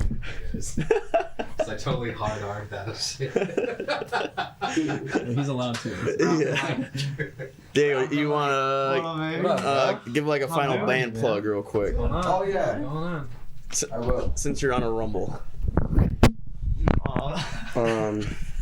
I just want to say, Thanks for being on, boys. Sham. Y'all be safe, alright? You be safe. Always, brother. See you there, brother. You safe, Don't fish? worry, I'm driving. So. Buddy. Talk soon. Thanks for being on. Fuck you, RPD. Yeah. You guys better suck my dick. Yeah. Bang, bitch. Ew. Bye, boys. Have a good night. Oh, wait. I forgot my Oh, man. sweatshirt. That was great. Kurt, come get this mic. It's too cold out there to be forgetting yourself. Have You can see her? hop it. Want me to see her? Yeah. Sorry if I didn't. No, you were great, dude. Dude, that was You're amazing. natural. That's how you know he's a nice guy, because he's like, I just mouthed off and I'm really sorry about it. Truly not sorry, though. Sorry, not sorry. Oh, John, the seat is hot. Grab a shot for the road if you want. You want to see my ass tat? And if you want to see my ass tat, you'll see that at the end. Follow me on OnlyFans. That's fucking. Bam. A backpack. A backpack. Get you some of that. Fuck you, Tom McNamara. And the motherfucking RPD cops. Fuck you, dude. Suck my dick. Look at my right nut. Fuck That we will have to cut. And fuck MGK and, Yeah. and Ja Rule Yeah. and all those guys. And, Even M is, show his M is nut, didn't king. he showed his nut. Marco's like, don't worry, we'll edit it out. That is probably best. Well, on that note, Trav's in the house. What up? We had Trav on. Actually, you guys are both recurring guests. Yeah. How exciting. Hell yeah. I've been waiting for... Yeah, it's fun to do a show with Travis. Yeah, dude, Heff. I still think fondly of that show I saw you. I met you at.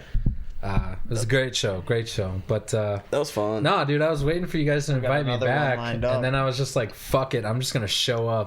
I was here. I was Like, I got some shit to say.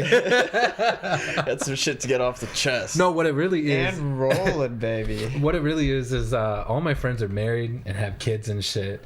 And I realized, like, I need some friends that are my age that are Yeah. single and Yeah, like that still, no one wants. Yeah, still right, the unwanted. We can just like, The incels. This is crazy, dude. We're with four The single incels. dudes. Yeah. Kurt, the incels.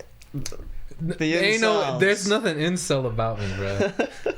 Voluntarily I- insulted. Yeah. Ball cells. Ball cell. Yeah. No, you're just cell. I'll You're just entertain cell. the incel energy because it's funny. Yeah. But Vol cell. It's right there with the simp For energy. real. I'm an angry simp, so by default that's incel. Nah, see, You keep a lot of Angry power in your simp. pocket when bitches can't just buy you with sex. preach, okay, and then Kurt's about to go in on people because that's how it really is, man. Like dudes think that just because they sleep with a bunch of women, that somehow makes them, a man or whatever. But have you We're, ever like, been a wired that man to way. reject a woman? If you've ever rejected a That's woman, ultimate that makes your power. dick hard, bro. Yeah. The next woman sees that and is like, and then somehow it compounds. Yeah, cause then she'll Until sit you there. domino it She'll in think that class. she'll be like, why didn't he want me?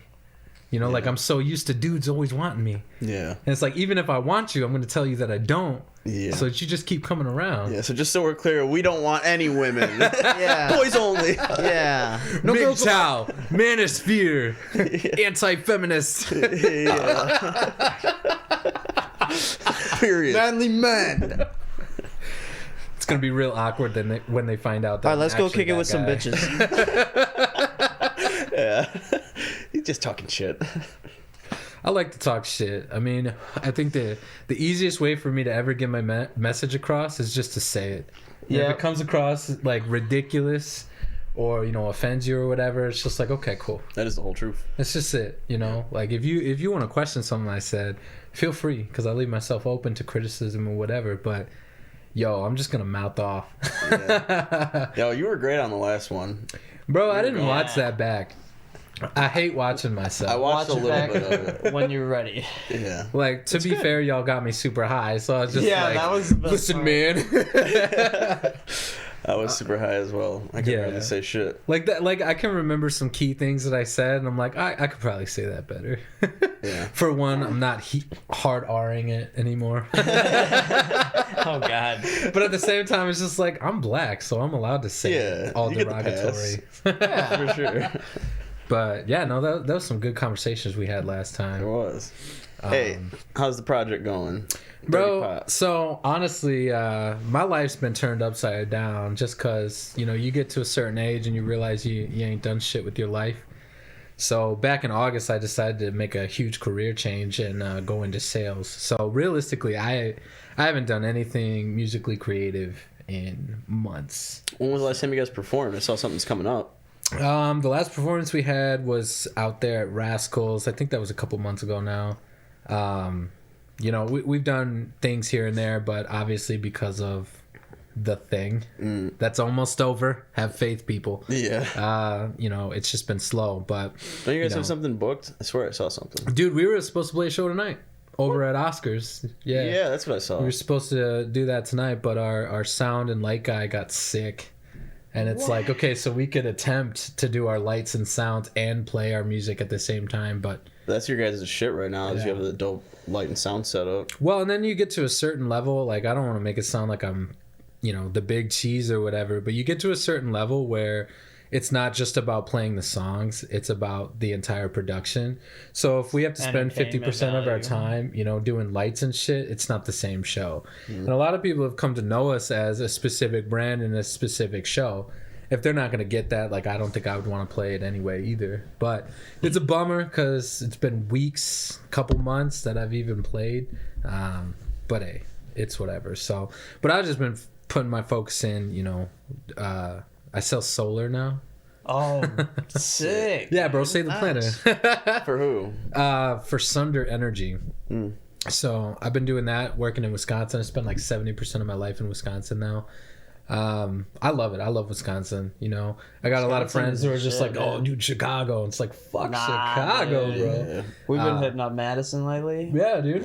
Man, Yeah. it's very fun. Yeah, and You if listen, should've came last if weekend. you're a That shit was liberal and you want that liberal energy, go to Madison. Yeah, bro. right, yeah. It's like liberal energy but Midwest mindset. Yeah. So it's like- it's acceptable. It's like When they're not tolerating your views, they're still tolerating your views. Yes. Yeah, they're too polite to not be tolerable. yeah. like That is a great yeah, I know assessment. you voted for Trump, but here's a spotted cow.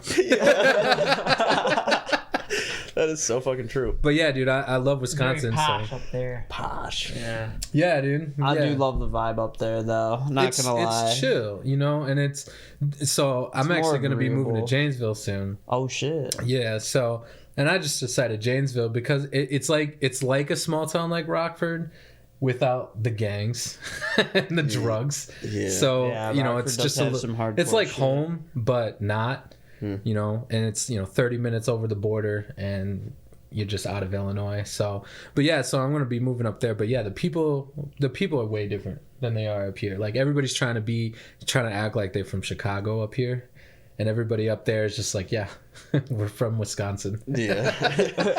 Like So, They have no Chicago claims. no, dude, and the ones that do, like, I don't even know. But it's mostly white people up there. But Wisconsin feels more free. yeah. it is, feels like bro. It's Midwest like I can Texas. honestly like breathe better up there. It's It is, crazy, literally. dude. You And- cross the border and you're like, these Wisconsinites ain't gonna do me too bad. There's just no fucking way. Yeah, man. I mean, I've been up in Wisconsin since August, and I mean, I think everybody kind of feels like they still have to have the signs on their door, like 6 feet apart, and wear a Yeah, mask and yeah, whatever. yeah. But nobody does. Yeah. And it's like it's awkward because you feel like you have to accommodate for people who might be scared or might be immunocompromised or whatever else. But at the same time, you're just like, God, I'm so sick of smelling my own breath. Yeah. I breathed way too much of meat last year. I started chewing gum more recently, and I'm just like, I fucking hate chewing gum. But I totally just add that quarter pounder extra onions. So I saw like some politician claiming that he didn't breathe for a maskless picture. oh yeah, what was that, Gavin Newsom in California? But I didn't breathe. That's what I'm Yeah. gonna start just going with. I'm just So- not breathing so very much. he said I'm breathing responsibly. he took a picture with Magic Johnson, who's HIV positive, so he's immunocompromised. And immunocompromised people are most susceptible to this and we pandemic. have to protect Magic Johnson. And it's like, this dude thought he can get away with just beat saying that he didn't AIDS. breathe. I mean, he did, right? Like, that's my excuse now, okay? That's my excuse. I'm Like, breathing responsibly. it's like, wear a mask. It's like, don't worry, I'm not breathing. I'll just breathe less, thanks. I'm not spittling. Don't worry. Yeah. But yeah, dude, it's way different vibe up We should there. start a snorkel so that you can like breathe from Oh. unpolluted air. a snorkel with a 6 Breathe foot measure. upwards. Yeah, And all through. Just like a bunch of tubes like 20 feet high in the air. that's good. What was that T-Mobile commercial? Or there was like a phone commercial where they all had the wires and the wires are like connected to the sky. And they're all like walking around. There's all these wires. I And didn't they're like, see that. switch to T-Mobile. And it's like disconnects the wire. It's like, yeah, stop being scared. Yeah, that's Disconnect gonna the be wire. Kurt with a breathe tube. We should do a series That would where make it worse though. where we because- go into places while it's still in that weird zone where we just go in with the That most stuff's raining ridiculous cover. mask No, as because, possible. like, okay, Dude, it breathes double higher, mask. right? It Double goes up mask. higher into the Double wind. like mask on the The eyes, wind but not on the spreads it. face. Lord Fauci over, says like, double mask. thousands of people. Double mask. Yeah. Like instead of infecting one person, now you're infecting the whole country. You can gas a whole That's city. too more Yeah. masks. Too many. See, and I was never scared. I was never scared of the, we got the information pretty quick. We went into lockdown and freaking out in March of 2020. And then, by April, we were like, okay, this affects mostly old people. And at that point, I was just like, okay, I'm going to live my normal life then, right? I mean, I was one of the first people, or I don't want to brag or nothing, but I got COVID January of 2020. And I remember because I was playing a show and I was dying, bro. I was just hanging on my microphone stand. I was dying. And then, a couple months later, they're like, oh, yeah, this new virus, it's making everybody sick. And here are your symptoms. I'm like, damn, I got COVID before it was cool. I don't know if we're allowed to say that on the internet. You get tagged by the CDC or whatever. Did you say you end up getting like antibody tests or anything? No. And it's people don't understand my position, or they don't want to understand my position, but my thing was like I got sick already. And based on what I know about how viruses work, like if I got it the first time, my body knows how to handle it the next time. We got the variant Delta, and I got that, but then I was only down for a day. The first time I was down for 5 days. And then since then, I just haven't gotten it. That's the original vaccine, just getting the shit. Yeah. Yeah. And it's just like, like I said, this shit never scared me in the first place. And not to make it political, but it's just like, how did everybody get so fucking scared, bro? Like of all the things that are going to kill you on a daily basis, why is this the one that you're like, oh my God, we got to protect ourselves, Immune compromised old people, I understand. Yeah. Stay home, like take precautions. Totally. We're all fine. Yeah. Totally. Hef got it. I got it. Kurt got it. You got it. We're healthy as horses. Yeah. Hef is a pescatarian now because of it, but Yeah, I had to change my diet. Wait. Is that like Pesky Hef. vegan, but you still eat fish? I still eat fish, and vegetables. But here's why I had to do that, because Did you hear I had that, ladies? COVID, and like it gave me paromisa, I think it's called, or it's something with a P. Like it's one of the side effects. You lose your scent and your taste. So I lost my taste. What's it called? Paramesis Something or like something? that. And so I lost my taste, and then it started coming back, but then shit started tasting bad. Like, so I tried like a burger, and it tasted like gasoline. I tried like pork, and it just was like, tasted like piss. And I was like, damn, I can't really eat meat anymore. Like, meat is tasting awful. And so I decided to make that switch like over the summer. have you heard of that side effect where you eat meat or Yeah, smell it? It tastes like the piss? second time I got COVID, I lost my taste and smell for like a month, and then it slowly came. I didn't have an issue where like when I started getting my taste back, things tasted bad. That didn't happen to me, but I mean it kind of makes sense. That happened to me with meat as well, and I just kept eating it and it went away. Yeah. Really? Well, I'm gonna they eat this piss they burger. put all those fucking hormones in our meat. I don't know what it was. It could maybe be connected to that. I have no idea. It's a weird ass. I don't care, but as long as McDonald's still has those like 2-for-1 deals on Big Macs, Yeah. I'm gonna eat that. Right. I powered through it. Yeah, dude. Like whatever. I couldn't do it. No way. Meat for the dub. Yeah, but That's too disgusting for me. It's just this whole thing got so out of control so quickly that eventually, like real quickly, I was just like, I'm just not gonna say anything, And then when the whole vaccination thing came down, I was just like, really, it went from get the vaccine to mandating the vaccine so quickly that I was just like, okay, I'm out, dude. I am not of this world. All right, you know, and the worst part of it for me was like all the people. Like I spent a lot of time on Reddit, all the Herman Cain award. You know, everybody like literally like making fun of people dying of COVID, and I was like this is where we're at. You know, like if I don't get the vaccine or follow your rules, like you're gonna be happy that I died. Yeah, that really doesn't have to be like that. Yeah, it's like it doesn't have to be that way. Like I'm not out here at Walmart yelling at people for wearing a mask. If you're scared or or whatever the situation is, go ahead and wear your mask. I don't give a damn. But I ain't scared. And if I'm being stupid for not being scared, then okay, it's on me. You know, I ain't hanging out with old people. I'm not hanging out at the ER. It is People what say it it's is. bullshit, but I do feel like to some extent the kids in schools having to wear masks will affect them or does affect them. It What I mean? There's something to does. it. It definitely does. I mean, to think about when you were a kid, That would and your mom told you to psychologically put fuck on with a me. jacket. Right. Yeah, exactly. Like, you know, that was to cover your whole body or at least half your body, and now they're like cover your face. Yeah. My friend was saying if the mask slips below your nose, they write you up and send you home. Like, Okay, then write What me school up. was that? bro. She works at a charter school in Rockford. I don't remember the name of it.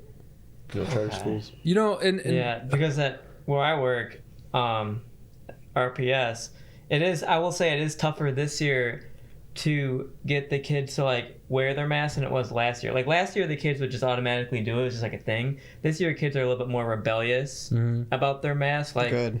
you know, those kids just it's not good for me. I'm supposed to discipline them. Yeah, Hef's like the So- discipliner for the whole school. Yeah. So they walk through like the lunch line with their masks down. Like obviously have to get after them, and they're a lot more like they push back against that now, and I'm Yeah. like, so wear your damn mask. Like you're going through the lunch line. they're fucking kids.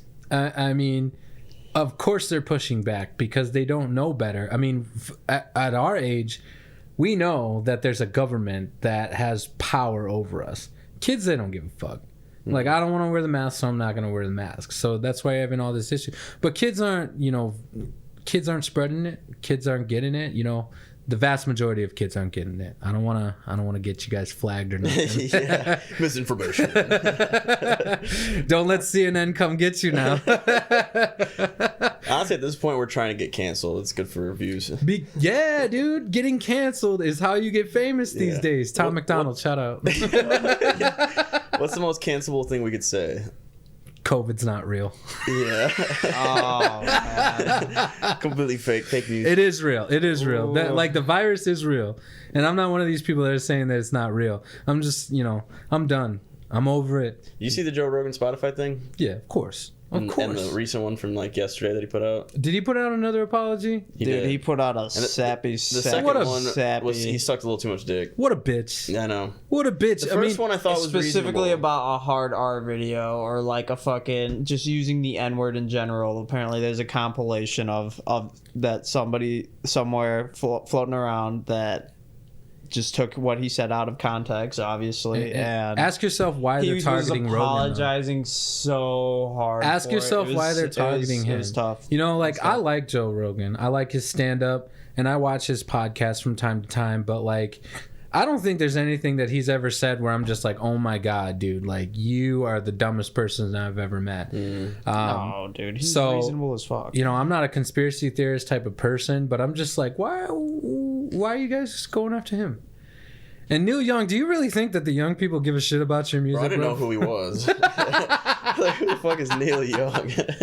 Dude, I Still just don't. keep Your dad's like, thinking, let me tell you something, son. keep on rocking spell. in the free world. Like, it's so ironic. And So like, why good. aren't know you that thinking song. about your fans, bro? Are you see Eminem literally came out, and I can't remember what song it was, but he put a line in a song where he said, "Was that line in the sand even worth it?" You know, when he did that freestyle on BET, and he like got after all of his fans that voted for Trump and all this other shit. Like, he understood, like, when you split your fan base like that, that's going to affect you negatively. And so I'm just thinking, it's like, you guys really think this is a good idea? Do you really think that your legacy will live on to the next generation after this one and the next one if this is how you're going to act about it?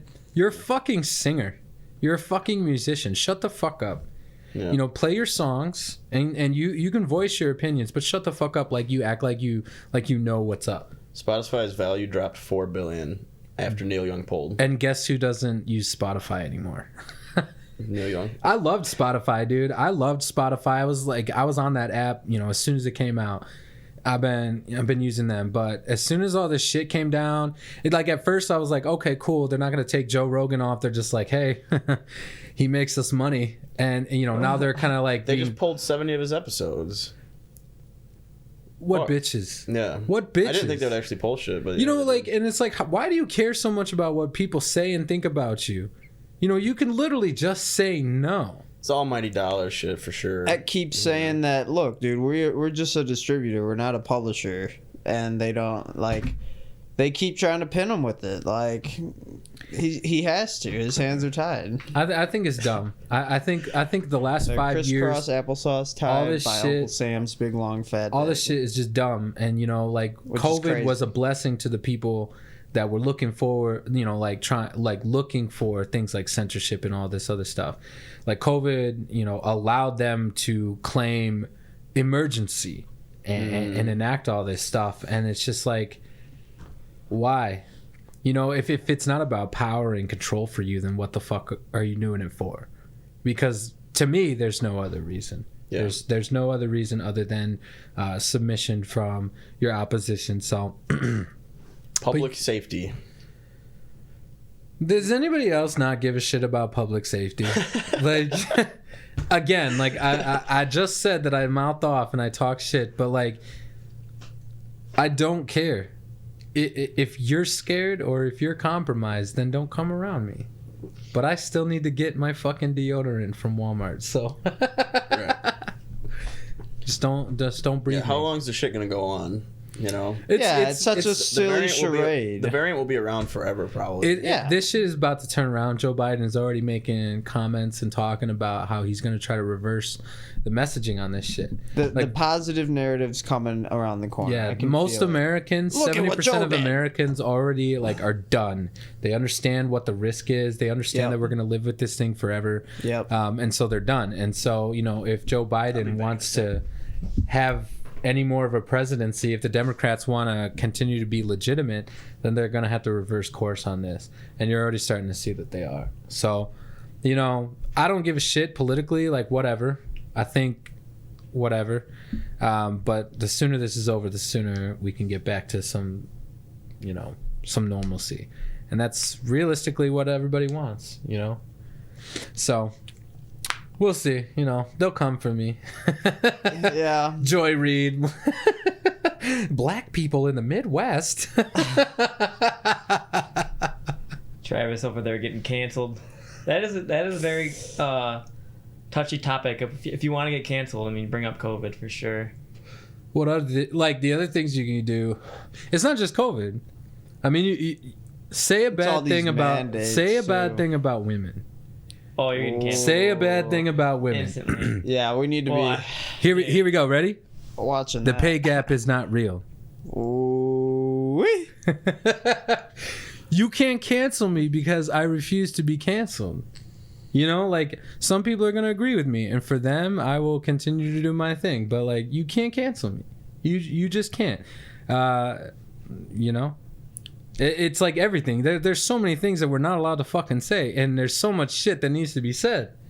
You know, I'm not gonna go any further because realistically, no, I agree. like, Cancel culture is like not trying to be a pariah or nothing. it's literally like a cesspool. Yeah. Yeah, dude, it's bad. It's terrible. Well, and you notice how when cancel culture turns around on the people that love it so much. Yeah. All this shit that's going on with Whoopi Goldberg lately. Yep. Dude, so like she said that the Holocaust wasn't about race. And, you know, I read an article a while back ago that said the vast majority of Americans, like the young people, Gen Zs, they don't even know what the Holocaust is. So, you know, based on that knowledge, it's just like, okay, Whoopi can probably say whatever the fuck she wants. The problem is that I have with her is that she got so bent out of shape that she was suspended, that everybody's coming after her and being like, what the fuck? Why are you saying this? And she's like, I shouldn't be canceled. Like, I shouldn't be suspended and blah, blah, blah. And it's just like, How many people lost their job? How many people have had situations where their kids living with them is now a point of contention, you know, in their families? Like this whole idea of cancel culture has affected so many people, but then when it happens to you, all of a sudden it's not right. Yeah. So if Whoopi has if Whoopi has a problem with being suspended over some dumb thing that she may or may not have intended to say, then you need to step out in front of the cameras and be like, okay, we're done with this. Mm-hmm. You know, if you say something that I disagree with, there's no reason you should lose your livelihood over this. Mm-hmm. But she won't.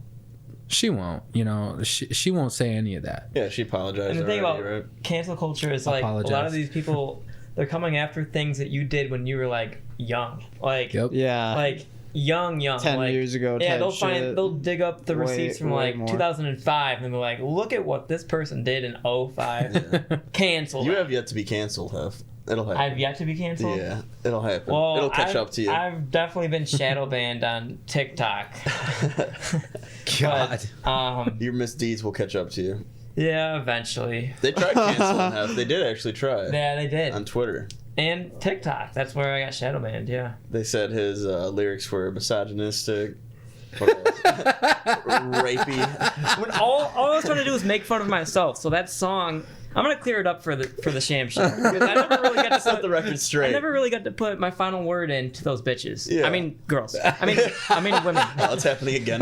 Those who identify as birthing people. Actually, I think one of them was non-binary. Anyways, Birthers. who cares? So, Breeders. that song is meant to make fun of myself. It's a story about me getting laid, and I didn't want to take my beanie off because I didn't want her to know I was bald, and my beanie fell off. And she, you know, we were both drunk, and she was like, "Oh, you know, I'm done with this." Right? That was the whole His story. beanie slipped My off. beanie- they took it as, "Oh, you're taking advantage of a drunk girl, bringing her home, and like all this shit." Like That part could have been misconstrued, you know? Like, It was written pretty misconstruably. what are the lyrics on that?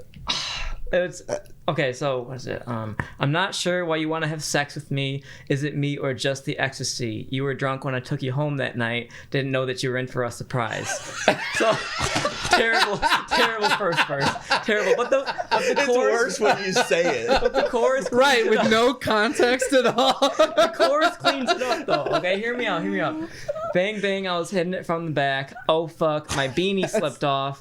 I thought she had a heart attack. She said Caillou left her feeling ripped off. So the chorus cleans it up. Yeah. You got to hear the full thing. Yeah. Let me ask something though, Heff. How many girls that you have had consensual sex with, which I'm assuming is all of them, have like 10 pounds of makeup on their face? You know, like you're worried about a girl seeing your bald head. I'm worried about seeing your actual face. Yeah, take him swimming on the first date. And you know, that's petty as fuck. How many bald dudes do you know are successful? Like somehow having Jeff hair. Bezos. Yeah. Jeff Bezos. Ultra. Bald dude on the top. Dr. Dre. Dr. Phil. So, those lyrics did come off a little rapey. A little bit. Rape stuff is terrible. Heff is not a rapist. I'm not a rapist. You're a good guy, Heff. I like Thank you, Travis. Yeah. And So are you, Travis. I think you So are got talent too, man. Dude. I love you guys' music so much. Thank you, man. I really Thank do. you. And I wear that Heff and The E-Boys shirt all the fucking Hell time. I got a hot new fire. Just mix because to it's show such a ya. ridiculous name, they're like, "What's that?" Begs the question. Yes. It's a punk band, That was a fun show. That was. It was really dope of you to come out for that. dude. I loved it. You know, I grew up, you know, going to the basement shows and the barn shows and stuff like that. Like, that was just my bread and butter. That was like home. for Speaking me. of, We're doing another we're one. in doing like a another month. one. Fuck yeah, March 12th. hell yeah, March 12th, if you're free, it's a Saturday night. I'm a very busy man. This is literally like my first free night in at least 2 months. Damn. You know, I've just been grinding out there. But yeah, dude, slinging if I could solar? come out, I'll to message you the date if you can make it. yeah, dude. Like between like trying to sell solar and working a part-time job and moving out and What's the part-time? I'm just delivering pizzas right now. Like whatever. It's like cash at the end of the night, Oh, you yeah. know. So, but yeah, dude, I'll definitely try to make it out just because like, and your music's good too. That's the other thing. Like nobody writes music, nobody writes punk like that anymore. And I know Kurt's just like, whatever, I write what I write, and it is what it is. And it's like, nah, dude, you guys are like a garage punk band, like down home punk band, and I fucking love that shit. You know, like what Blink-182 was before they got huge. That was the rest of the band, by the way. Diego is the bassist and John's the drummer. Okay. So, yeah, like the 4-piece. That wasn't the same dude that was there that night, though, No. right? No. Yeah. Different drummer. Yeah, we got John. I mean, we just said it earlier in the episode, but I met John in November, October, because I had a flyer up at Gazzardo's saying looking for a drummer. Yeah. And so John came, and then years later, John Heff never got hit up by a single person. Like 2 years later, John hits him up. So looking for a band. right? And so Isn't that dope? And That's how it usually happens. we were jamming with them, and then all of a sudden, John just brought Diego one day, and we're just like, oh, now we're a full band. Now we actually have a bassist. Yeah. Yo, and I told you, Kurt, I was like, y'all need some bass. You guys, I know. y'all need some bass, some serious bass. I mean, Diego's pretty good on it. that's cool. That's cool. How Yeah, long that of also you guys had the same band members? So for my band, my pop cover band, Dirty Pop. yeah, Dirty Pop. Dirty Pop. We've been the same group for 5 years that I've been in it. Same exact. Working on our 6th year, but they were a band for 2 years before I joined, and they were just in and out of lead male singers. So they've all been the same up until me. But then my metal band, it's been the same guys for like the last 5 years too. I think the one guy, he lives in New York now, but he joined us maybe 3-4 years ago. So he's like the newest member. But yeah, and we've been in, we've worked with different drummers and things like that. But It's kind of interesting that like you guys got the new branding, the new setup, and all that, and haven't really done too many shows with it. I thought you guys were gonna go hard. Like, don't get me started, bro. I know. I'm sure it grinds your gears. So realistically, it's just like we're at a new level. Everybody thinks that you go from like small town home band to big, and it's like there are some levels to this. Yeah. Yeah, we're medium sized. Yeah. We have the potential to be medium sized right now. It is tough to be medium. Yeah, and with the whole pandemic shit, like, that put a wrench in things too. But Of course. honestly, I'm just gonna say that it's just been really hard to get the momentum back up. We decided to change brands and change name and all this other stuff, and that's always hard no matter what. But then when you change your brand and you change your name and then you don't get out there and play, Are you charging people more? Yeah. So Yeah. like all the people you played at before, did you go to them and was like, hey, we're a new band, Yeah. it's gonna be a little bit more, and were they put Yeah. off by that? Some were, but for the most part, because we just had really good business relationships with people, they were like, okay, when you're one of the few bands in the area that pulls a crowd and keeps them there for 3+ hours a night, these bars are more willing to work with you. But in our situation where we changed our name and raised our price but haven't played, it's kind of like, okay, what the fuck would I be paying you this much for? So at least from my view, that's kind of what it looks like. But so I mean, this year we're gonna try. We're really gonna try, because I personally believe that this pandemic is over this year. By summertime things are gonna look pretty open. I think so. Yeah. So So who would you say is the top 5 bands in Rockford? shit, man. I'm bad at this one because I don't pay attention. We got you guys. Stevie Nicks is pretty big. What's Two White Crew now? Too hype crew, Hype crew, because yeah. white is a bad word. Yes, it is. The devil. White is too white crew, like two as in like a lot of white. You know what I mean? Yeah. Like TOO, too white. And I was just like, why is that white. offensive? I wonder how much, if they got pushback from that, or if they decided to change that themselves, or how that went down. Listen, I've only met them a couple times. I met them last time at Festa Italiana, so that was a fun show. The dancing girls are, Yeah. Yeah.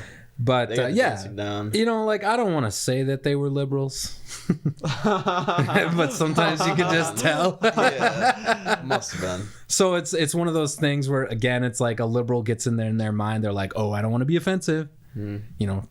too hype crew. And I'm not saying that this is what happened, you know. So But you're saying that Heff and The E-Boys is fourth biggest in Rockford? Is that what we're going to settle with? Heff and The E-Boys is still new, you know. Yeah. The other problem with Rockford is we don't have as big of a metal/punk scene as we used to. You know, back in the day when I was coming up, the metal scene was huge in this town, you know. The punk scene never really was very big, but metal, guitar music has always been big. Country music's really big in this area. So like for a band like Heff and The E-Boys, I mean, it's one of those things where it's like you guys are going to play garage shows until someone's like, hey, do you want to play this festival?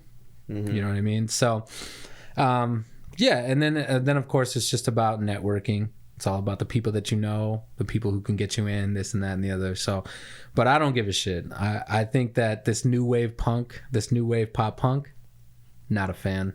MGK, like, and all the stuff that he's doing, it's like some of it's good, like that Justin Bieber and Kid Laroi song "Stay." I know that kind of has like a pop punk vibe, but I'm not into it. You know, I like guitars, 3-piece punk bands type shit like that. So I don't know, we'll see. But I would put my money on a band like this over the new shit that's coming out, just because it makes more of an impact, in my opinion. And I like your lyrics, dude. Yeah. That's what anybody says. I was listening to you sing at that show, and I was like, this is some good shit. To the soul. Definitely heartfelt. Yeah. I gotta Hitting it from behind. Straight up from Heff's soul. Dude, I always wanted to be in a punk band too. Always Yeah, no, wanted to I be mean, in a punk honestly, band. this was never a dream of mine to be a frontman of a punk band. Like, that was never, like, the goal or idea You wanted that to I be a had. drummer, I right? wanted to be a punk drummer. Hell yeah. I just never could find loyal enough singers to be in our band. Like, Kurt and I have been jamming for, like, 8 years. I've been drumming. He's been on guitar, you know, and we've had, like, what? How many different vocalists? 4 or 5, just like come in and jam, and then they'd hang out for a bit, and then they'd even more than that. yeah. And so, you know, I got tired of it, and I was like, I'm gonna fucking sing to your songs, Kurt. I'm gonna sing. We can find a drummer. I mean, we found 2 in the past year. Yeah. We can find a drummer. I'm gonna try and sing. Yeah. And so I started like writing to his wrist, and I was like, how's this? He's like, it's a little corny, but Corned up.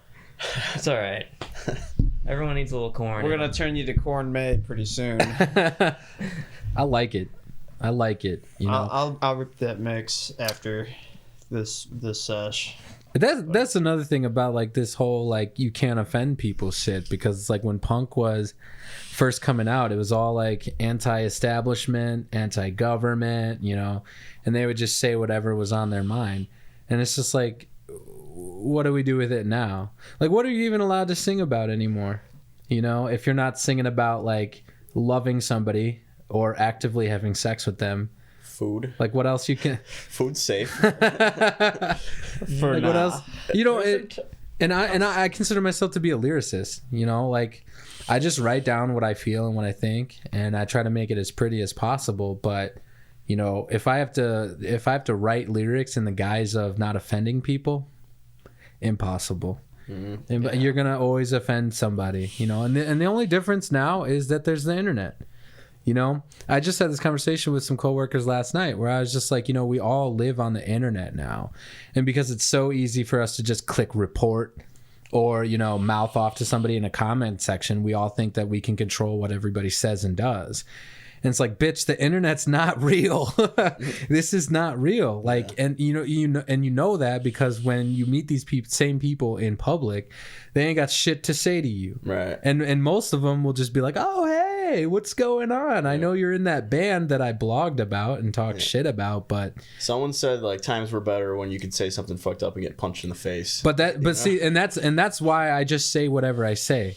You know what I mean? Like That's like, the modern punch in the face. Right. Like I don't try to say things that'll get me punched, but I understand that, you know, this is the world that I live in, and people, they could punch me if they so felt it. You know, my lawyer's Jewish, so I would recommend against it, but He'll clean you My up. lawyer is Ben Shapiro, by the way. God damn, bro, you set. I'm straight, Also, Your Honor. He didn't say anything. Whatever. But yeah, dude, like, and it's funny that like the only time you can say anything fucked up is in rap music. You know, like I love then you hip could hop. say anything I fucked love rhyming, but you could say the nastiest thing like WAP. It's so funny to me that they tried to sell WAP as inspiration to young girls, and it's like, okay, but if I dare say something against, you know, homosexuals, I'm canceled. You know what I mean? It's just like, so you know, as a lyricist, it's just like you kind of have to be okay with the fact that people are gonna assume your shit is fucked up. You know, Eminem, Godfather. You know, when it comes to writing lyrics, I always go back to him. It's just like back in the 90s and early 2000s, all that shit that he said, you know. I was listening to Rap God the other day, and that one's, you know, what, 6-7 years old now? And he said the word faggot in that song. And it's just like, in that short amount of time, we're not allowed to say that word? Yeah. Like, Hope you say it fast enough, it's fine. I totally drawed it out, right? I was like, it's the amount of time that you say the new F word. but like, okay. So I got 2 gay brothers, and they say that word. Is it like, are we trying to make, you know, the word faggot to be like Do the you new have to N-word? belong to the victim Like, oh, group you're to, not like, allowed to use say the that because you're derogatory not terms? gay? Yeah, absolutely. That's what it is. Yeah. To which I say, absolutely not. Yeah. All right? I'm pretty sure I said this on the last one, where I was just like, you can say nigga all you want. You can hard R that shit all you want. Yeah. As long as you're okay with the consequences of saying it. You know? Like, you know, I got tons of, you know, not tons, but like I got some white friends that be like, nigga this, nigga that. And it's just like, whatever. Yeah. You know? Like, I prefer not to say it, but I feel like anyone should be able to say whatever they want. freedom of they want, speech. you know? Like, you know what I mean? It's fucking words. Yeah, freedom of speech. Like, hate speech isn't a thing.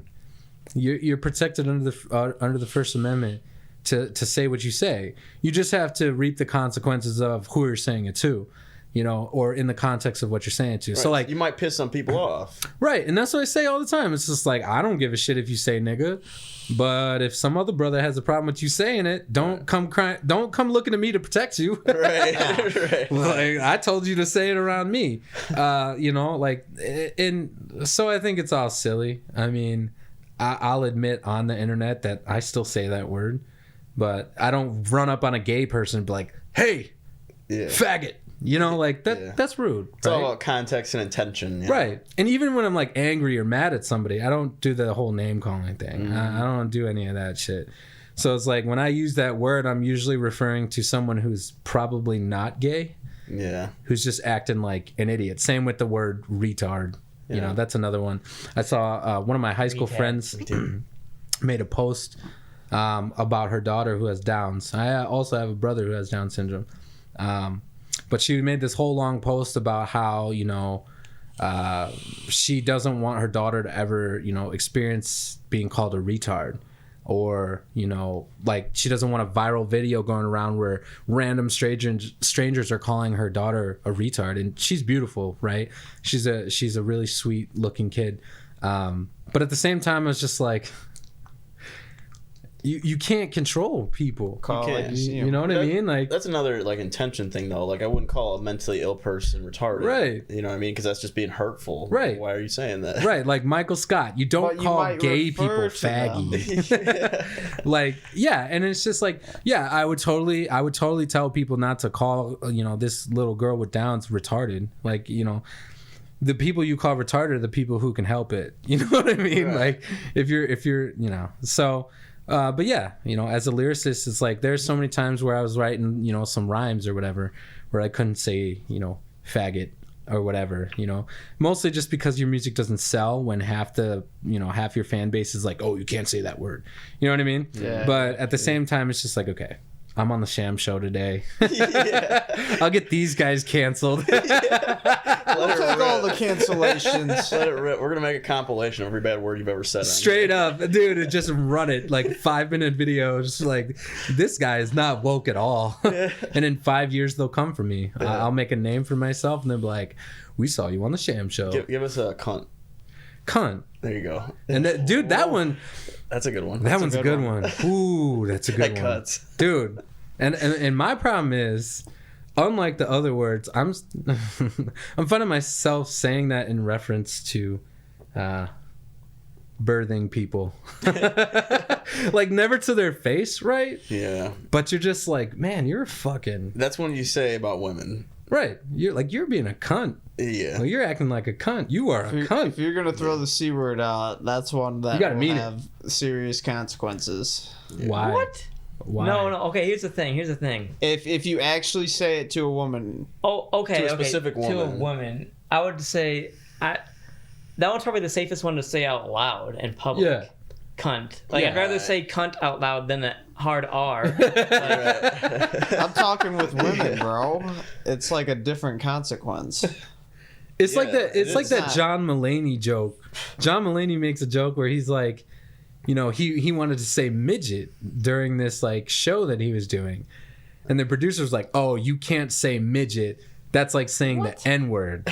And John Mulaney's like, "If we're comparing words and you won't even say one of those words, Right. that one's the worst word." So it's just like, back off. I'm gonna say midget, cunt, retard, all I want. Yeah. As a white man, probably can't get away with saying nigga, but Yeah. and same thing. It's just like, okay, like, you know, I'll say cunt all day.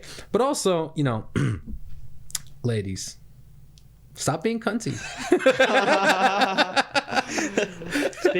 Speaking of small people, Huff's got Way to some- segue there, Heff. we Kurt and I, well, the band, Don't Heff and you The drag me E-Boys, into this. we're dropping a song on. Well, the song will probably be out by the time this episode airs. Like, the song's probably already gonna be out. It's dropping February 11th, which is a Friday. The song is called OnlyFans, and Kurt and I had this big idea to have like this great video for it and like everything, but Yeah, it all we went ran out of time, and so like we're scrambling to put together some visual content for the song because we think it's like amazing. Like, Kurt did amazing It's guitar alright. work on it, and song. so yeah, it's pretty good, and like we're pretty proud of it. So we wanted to scramble, put some visuals for it, and I'm trying to like figure out what we could do. So I'm like, I could ask a bunch of OnlyFans chicks on Instagram if they'll just do their own video, like personal at home, and email it to me, right? I'll subscribe for 1 month if you do a video for me. Well, here's the thing. Out of like the 30 like OnlyFans chicks that I hit up, I probably heard back from like 8 of them, right? Sure. 7 of them were like, yeah, that sounds pretty fun. I'll do it. And then I was like, okay, what's your email? And then they'll give me their email, and I'll say, okay, here's the song. Do it at your own time, right? One of the 8 asked if she could have some money to do it, and I was like, how much? And she's like, $50. It's like, okay, I feel, It's doable. yeah. I was like, you know what, She's $50. hustling. Yeah. That's a smart woman right there. Like, she knows her worth. I was like, okay. So yeah, I've Venmo'd her $50, right? Now another week went by. The other 7 they haven't sent me anything yet, right? The one that I paid sent me something within the next 2 days. Yep. And That's how shit gets done. that's currently the only one I have, and we've, you know, the video, I'm putting it together right now because the song comes out next week. Word. So I'm scrambling, right? So the only content I have is from this girl, and now let me tell you about her. Oh boy. And I didn't figure Is this she a out. trap, Heff? I didn't figure this out. She's a trap. She's actually a dude. No. It's better than that. So I didn't figure this out till a couple nights ago, but I was looking at her footage, and I was actually on the phone with my buddy from Minnesota. His name's Christopherson. Shout out Christopherson if you watch this. And I was on the phone with him, and we were like on FaceTime looking at the video, and I was asking him like, "Is it good? Is it good?" He's like, "Yeah, but is she a dwarf, dude? Look at her face." And I'm like, you know what, man? She kind of does look like a little small person. So I go back to her Instagram, right? Her Instagram says Elven Princess. And I was like, what does that mean? Elven Princess? What would that even mean? Elvin is plural for elf, I guess, or something like that. And I was That like, one you should have known. I didn't know that, and I was like, holy fuck, we have a dwarf in the OnlyFans video, and that's the only content we have. That's hilarious. A stripper from Las Vegas Dwarf stripper. with green hair and pointy ears. Straight We have an man. elf, an emo elf. Not a midget. Okay. Let's talk about representation for a second. Representation. First of all, you're a punk band, so I think that that's just perfect. like people are gonna listen to the song and be like, what the fuck? And they're gonna watch the video and be like, what the fuck? But like, you're representing for your community though, right? You know, like we wrote a song about OnlyFans, and you're probably one of the few little people out there doing OnlyFans. Right. Like I know it's a subcategory on dwarf. Pornhub, but A hot elf. yeah, it's just like, you know, you're representing for the community. Also, you had the business sense to get paid to do it. Yup. So Yeah. I'm into it. Yeah. I'm definitely too. into it. Me too. I'm gonna tag her in the video and definitely give her credit where it's due, because honestly, it's not like the video's looking pretty sick. It's just her, and it's like she's on a loop. It's like, well, there's a couple different loops in the video, but honestly, it's like not bad so far. I thought it was gonna be much worse. That's cool. That's Yeah. cool. Yeah, sit down, Peter Dinklage.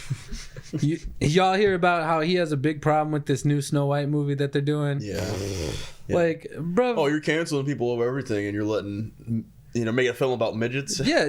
Like, yeah. That's Did you not see The Wizard of dwarves. Oz, my bro? the seven dwarf. Like straight up, you know, like, and I totally understand what he's saying. He's like, oh, you know, little people are always represented as, you know, dwarves or midgets or whatever in movies and shit. But it's like, dude, nah. Ben Shapiro said this, so I'm not gonna pretend like this is my only thoughts. But you know, he's like, dude, you've defied, you know, this whole idea that little people play little people roles in Hollywood. You know, it's the same thing with like Michael B. Jordan when he comes out and he's like, I want to audition for the white roles, you know, because, you know, I'm black and whatever. Like, yo, if you're pushing against the idea that little people play little roles, then what the fuck are you mad about, bro? Right. And same thing with this chick. Like, I'm not saying that she's having the same issue, but, you know, the fact that she's not, the fact that she's like, okay, I know that I'm a little person and somebody's paying me for my services. She's just doing it. She's just getting it done. I have way more respect for that than somebody who's just like, don't cast me in a specific light. You know what I mean? Okay, then we Oh, won't yeah. hire you for stuff. Right. Is that what you want? You know what I'm saying? And that's what it's going to come down to eventually. Mm-hmm. You know, and personally, you know, when I think, starting to implode. Yeah. The cancelers are starting to cancel. yeah, themselves. and when I think of like the American culture, like I just said this to a buddy last night. I was just like, the great thing about American culture is that we don't look the same. You know, we don't think the same, we don't act the same, we don't believe in the same things, but somehow we're able to live in the same place with each other.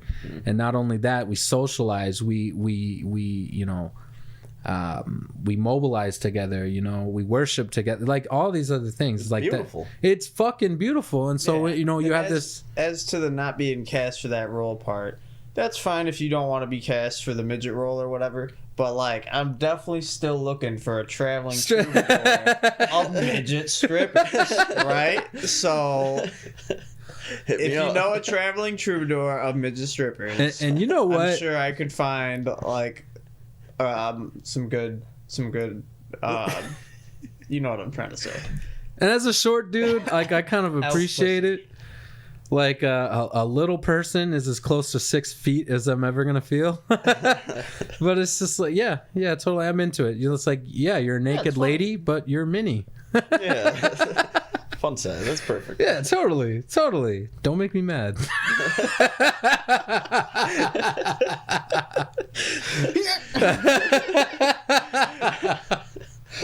I'm not saying you should hit women.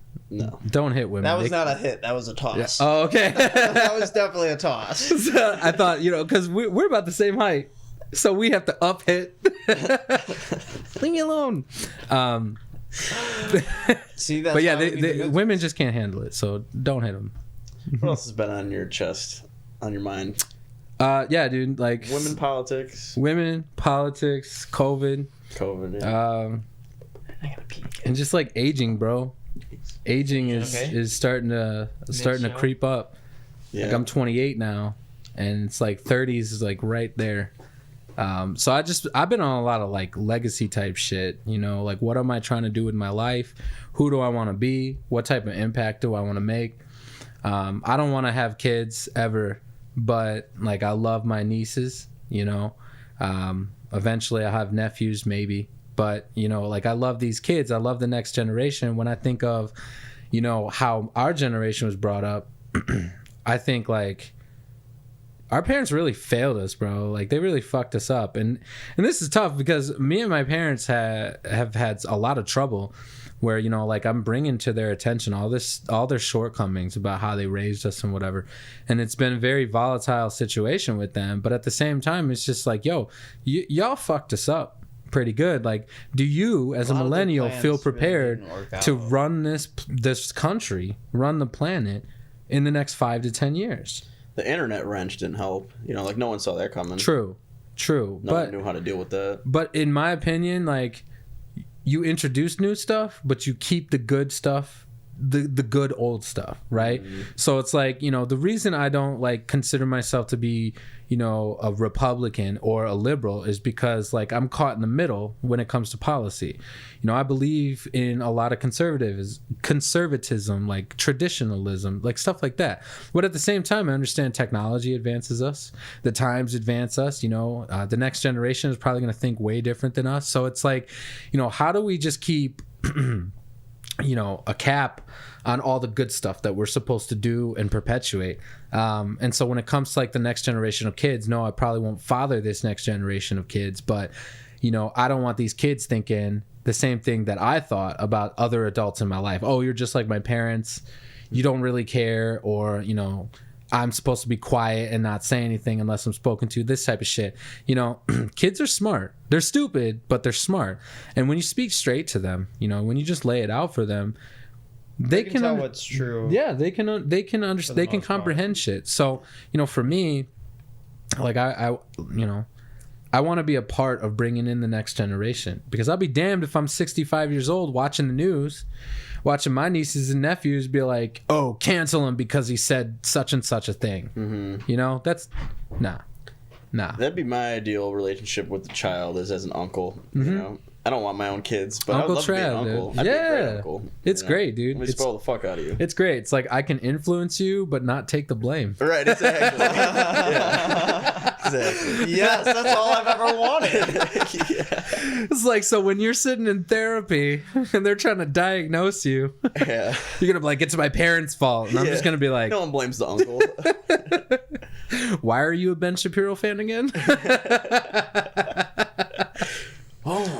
But yeah, man, it's just, it's stuff like that. It's not just, you know, me and my impact on the world, but it's like how I'm going to foster the next generation to making appropriate impacts on the world around them too. So, you know, it's just stuff like that. And, you know, being a fucking man, dude. Our fathers failed us. Our grandfathers failed us, man. There's a lot of good things about masculinity and about being aggressive and strong, that we just kind of dropped, you know, we just left it back in the 60s and 70s. And I'm not about that shit anymore. You know what I mean? So like, yeah, of course I respect women. I understand that we have equality and all this shit, but I'm not going to shy away from telling a woman to shut the fuck up. You know, I'm not going to shy away from a woman telling a boy or a man what it takes to be a man. You don't know. And that's not, you know, to judge you. That's, it should be my responsibility now. If a woman cannot teach a boy how to be a man, and the men around him cannot teach him how to be a man, well, then that kid is doomed. So what does it mean for me to be a man? You know, what does it mean for the next generation of men to teach the, you know, the next generation of men, you know?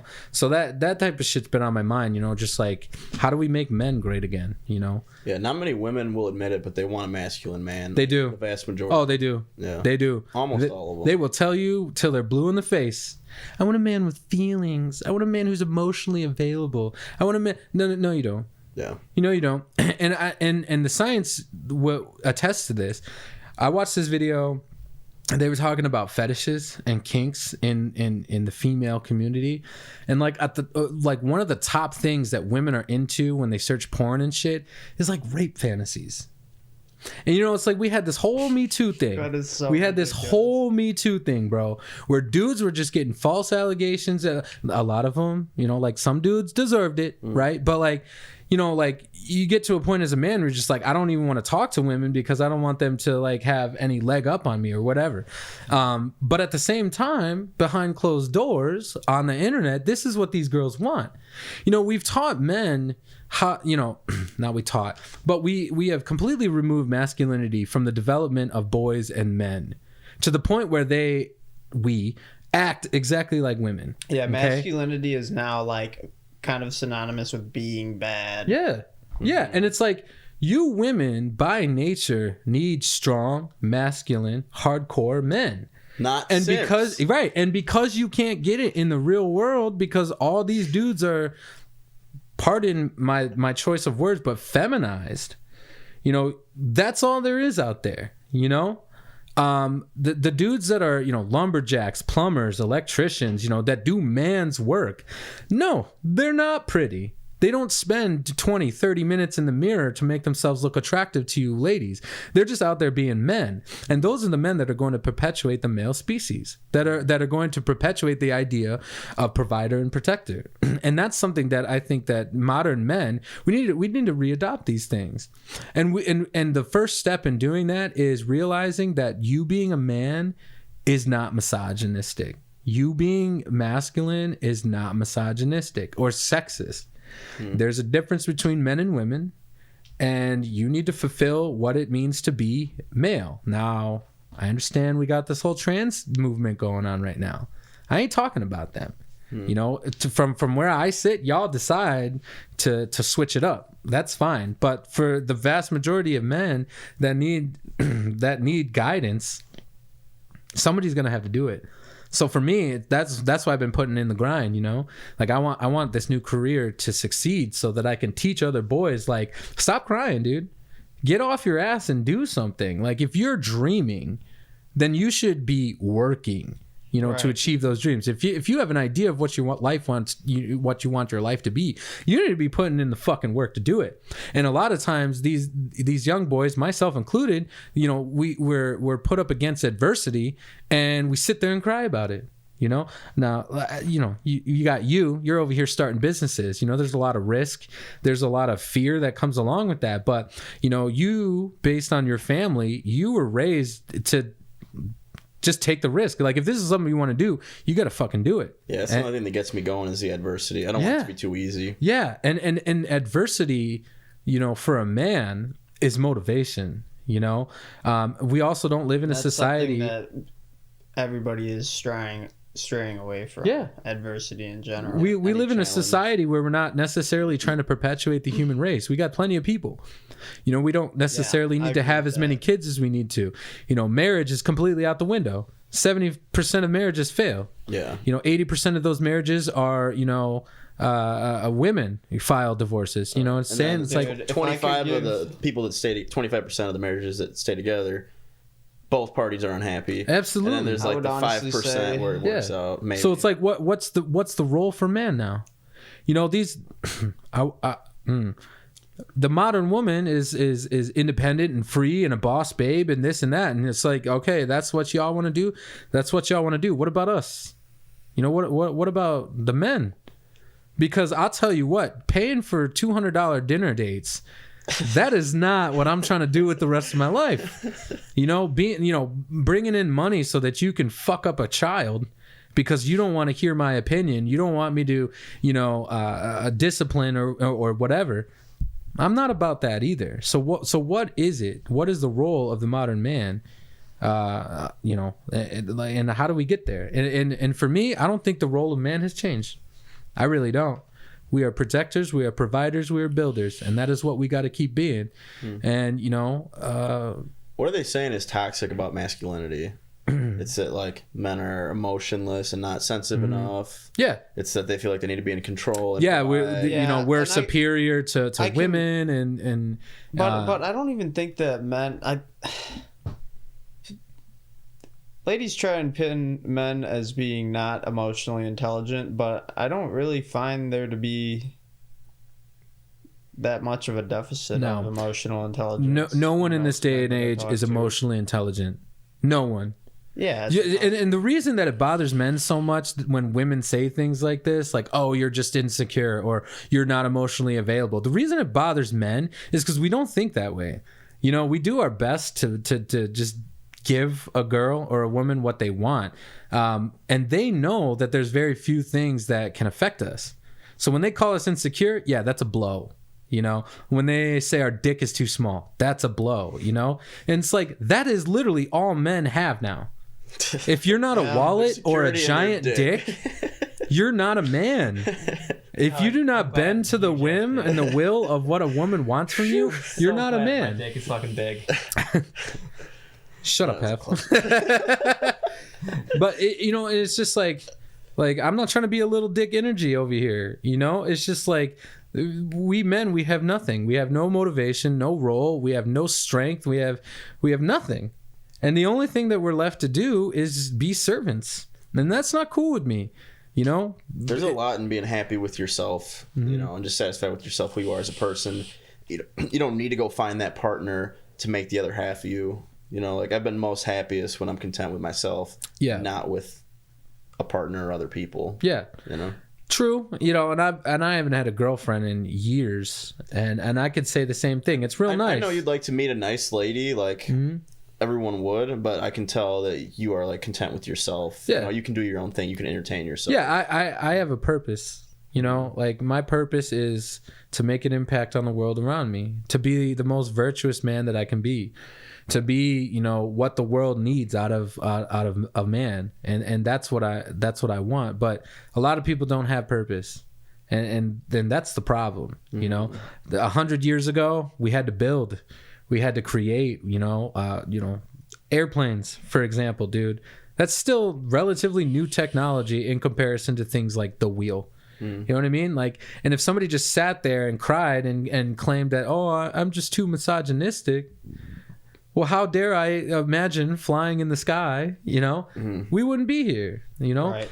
Let's focus on actually creating things and not so much about social lapses or, you know. And I tell whatever men, you want to, who cares about social shit? I tell men these days, stop listening to the ladies. Stop. You know, don't be disrespectful, and don't be outright misogynistic or sexist. Stop listening to them, because they don't know either. You can't listen to them. Yeah, you can't listen to them too much. I would like listen to them as I would any other human. Right. Know? Like, that's the idea. Any other stranger. Like, if I'm being a dick and you're telling me I'm being a dick, whether you're man or woman, I should take that into account and be absolutely. like, am I being a dick? Absolutely. But if a woman comes to you and says, Marco, you're not a man because you own a vape store. Right. Like, okay. You have to change. Right. It's like, bitch, you have an eyelash company. You know, we're not the same, you know? And if you want to take it that far, I'll tell y'all ladies that y'all ain't real women. Y'all ain't real women either, you know? And I'm just going to leave it at that. I won't even dive into that one now. We're definitely getting flagged now. But y'all ain't real women either. So you're saying women are fake. Dude, you could stop at makeup and call it, like, fake. Yeah. Done. You know, I watch a lot of videos, you know, where women are just like, oh, you got to make 6 figures. Oh, yeah? Well, you got to be pretty. Yeah. I'm a boss babe. No, wipe that shit off your face. Let me see. No, you ain't. Yeah. And I'm not saying that, you know, being pretty is being a real woman, but it's like being secure with how you look. You know, you got to cover up your face to look like a completely different person. Marco brought That's up not a good real. point about that. There's a lot of bitches now that they have to have sex for their self-esteem. Validation. I think was what you were saying. Versus like women that aren't like that. They just have sex to enjoy it because like it's fun. And it makes them but feel they don't good. like need it at that point. Which I think everyone's like that to a little bit. You know, to some extent. I feel like I'm like that. Yeah, of course. Like, part of the reason why I like having sex is like the conquest and the fucking you know, build me up. The conquest is what the fun part. Yeah, dude. Yeah. You know, but the farther away you get from that, the better. Yeah. You know? And honestly, like the whole hookup culture thing and all this shit, like I've moved away from it, just because like it's not productive, you know. It's really not. And I'm not saying that you shouldn't do it, but I know for me, like the girls that I hook up with are not the type of women that I would want to marry, you know. And I'm not even this big on marriage in this day and age. The courts need to fix these goddamn laws, dude. But if I was gonna marry a girl, if I was gonna risk everything that I've built for myself or potentially could build for myself, you got to be a top-notch lady. And I'm not talking about one of these aggressive, masculine type of females. Like a Michelle Obama.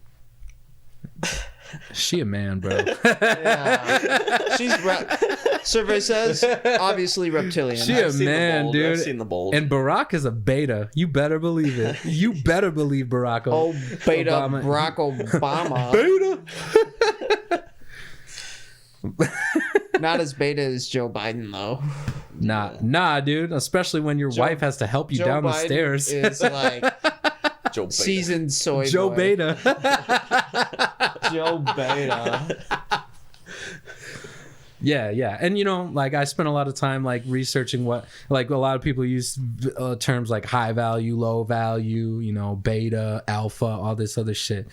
And it's just like it all, like what does it even mean, to be high value? Yeah, I don't know how much I believe in any of that. I think that fulfilling your purpose makes you high value. You know what I mean? Like you can make $75,000 a year and still be a high value man. What kind of impact are you making on your kids? What kind of impact are you making on their friends, on your family, on your church, or whatever it is? Yeah, influence has no currency. Absolutely, reputation is probably the biggest currency. Those are the things that make you high value. Being virtuous, like this is a big one. Wisdom, truth, and one other thing. Wisdom, truth, and virtue. Those are the things that I strive, to attain and be good at. These hoes have no virtue. Unvirtuous. I don't speak like I'm virtuous. That's for damn sure. Yeah. Like You don't watch need what I to. do, don't listen to what I say. But like those are the things that are going to get us out of this whole craziness. The last 20 years of our culture and of our society. I'm just like, we got to be done with this shit, y'all. We absolutely got to be done with it. I do think some shit's turning around. Like you said, I think COVID is coming to a close, and the cancel culture is canceling itself. And it's so funny. It'll probably be a bigger problem and continue to be a problem for the next few years, but it can only go so long before it implodes. Ideology never dies. It doesn't. So, 20 years from now, even if we move away from all this woke stuff, there's going to be people that still believe in it. You know what I mean? This whole idea that black people don't have agency, black people need the government, black people need a leg up and all this other shit. And it's like, yeah, you could have said that 70 years ago, but that doesn't apply. But you still see people perpetuating these ideas, They don't die. The majority of us have to get our heads back on straight, and I think that starts with men. I think it starts with men. We got to get back to being aggressive. Yeah, what ideologies do we need to pick back up to get mad again? That's what we need. Men, stop crying. Yeah. That is No the more number one tears. thing. No, stop crying. Oh, they're allowed to cry. Shut up. And I'm an emotional guy. Listen, no judgment. I'm a very emotional person. But again, my mother, was the head of the household. My dad made all the money, but my mom was the head of the household. So, it's like, of course, I would be the type of person who's just more emotional because a woman was in charge of everything. And that was detrimental to my development, in my opinion. Somebody should have sat me down and just been like, dude, shut the fuck up and stop crying. Like if you want it, if you need it, you need to go fucking get it. And that's the first step for men. Everything else from that, I think will fall into place. But then, good men, we need to step up. Good men who are, who understand, their purpose and understand their role in society. We need to bring these young men under our belt, Yeah, don't feel bad for achieving stuff. Yeah. Is one of the big Oh, that's a big one, dude. That's a big... Oh, success is not about the money. Yeah. I've been reading this book called The 10X Rule. It's all about success. And that was like chapter 1. It's like, that? there is no... Is that Grant something. Yeah, I know. Yeah. Great book, honestly. But it's like chapter 1. He's like, there's no shortage of success. of course, success means something different to everybody, but there's no shortage of success. You know, if success to you is, you know, making average money but being a good father, well, hey, good. Yep. Because, you know, that teaches your son to be a good father, a good husband, a good leader, you know, work hard, strive to be, you know, more than you are, you know, all this other shit. So there's no shortage of success. So don't feel bad. And it's funny that you say that, because when I started reading this book, I almost felt like somebody was giving me permission to be successful. Like, be successful. And I was like, oh shit, that's an option? Yeah. You know what I mean? And it's like, somebody should, like, a man should have been like, you want to be successful, you want to be more than you think that you're supposed to be, like, fucking do it. Like, you can have it if you want it, you just got to do the work. Right. So I mean, you know, good men, we got to step up. And then third, y'all ladies need to get your act together. Bam! That one's on you. Y'all, yeah, I ain't gonna say nothing, because it's a woman problem. Like, you women are not getting married, not having children, and getting divorced at astronomical rates because it's your problem. Like, we men are not having That's all textbook kids. Bad behavior. Yeah. We men are not having kids and getting married because it's our problem, right?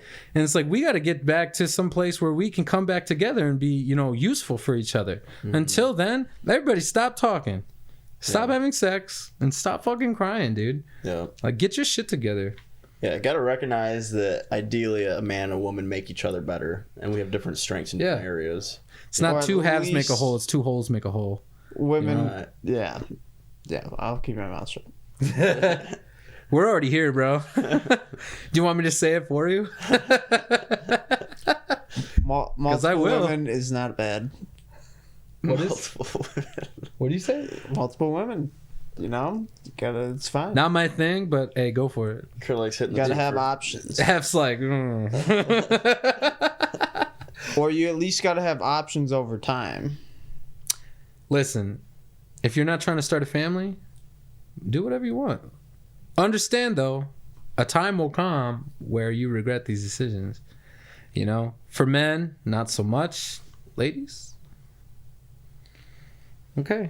But yeah, I mean, you could always end up with the gonorrhea. Flesh eating STDs, bro. It's a thing. Shout out to Pam.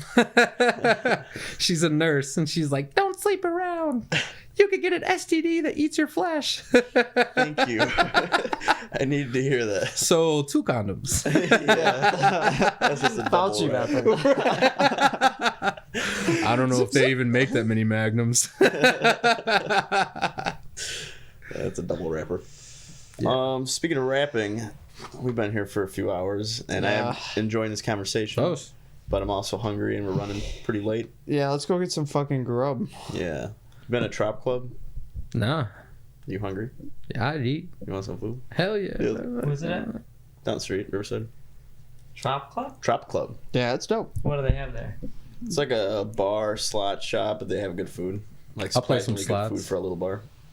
I'll play some slots. I won like 200 something last night. Oh, look at you! I gave it to my buddy to gamble, and he came back with money. Is that the level that you're at now, Marco? You're just like, go make me money. I don't even gamble my own money. Kurt's like, I totally get it. Pressing that button's too much work. The combo lately is we'll hit Tiger Tail after like a bar and like get some food together, and then Tiger Tail or. You know, that was part of the reason I hit you up. It's like, Kurt probably knows where the women's at. Every time I look at your Snapchat, dude, there's just hella women all up in your Snapchat. Yeah. Not only that, they're taking your phone, taking pictures of themselves. Yeah. And I'm just like, you know what? I could use some companionship tonight. Speaking of not liking women and doing our own thing, let's go find some wenches. But the trick is to not fuck them. Yeah. Can't fuck them all. It's been a while, so I'm trying to fuck. He said, I've done the not fucking thing for a while. Yeah. 2 years, bro. 2 years. Shit. Man, that's almost like Phil level. To the strip club. I never been to a strip club. They're fun. I'm good, bro. I'm not paying for it.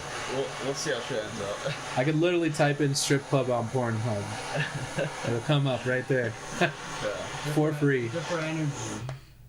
No, they're cool. We have a good time there. It's not even about fucking women. But No. Whatever. just having a good time. You know? I got a few dollars in my pocket tonight, so I'm good. Let's go. All right, thanks for being on Dirty Pop, Heff and The E-Boys. Oh. Dub boys, dub boys, dub boys. Duh, boys.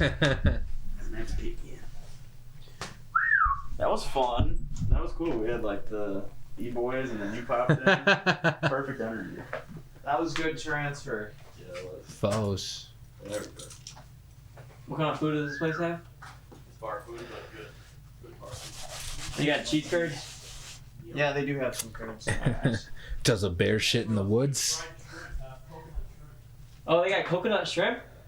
Ooh. Yeah, that's actually fire as fuck too. Travis went dead. Yeah, that'd be great. I got some flour out in the car. This one's for you, Buckaroo. Alright, man. Look at you. I've only done a dab once. Oh, okay. Okay, what do you- go easy then. What do you think? Leave the outfit on when going out?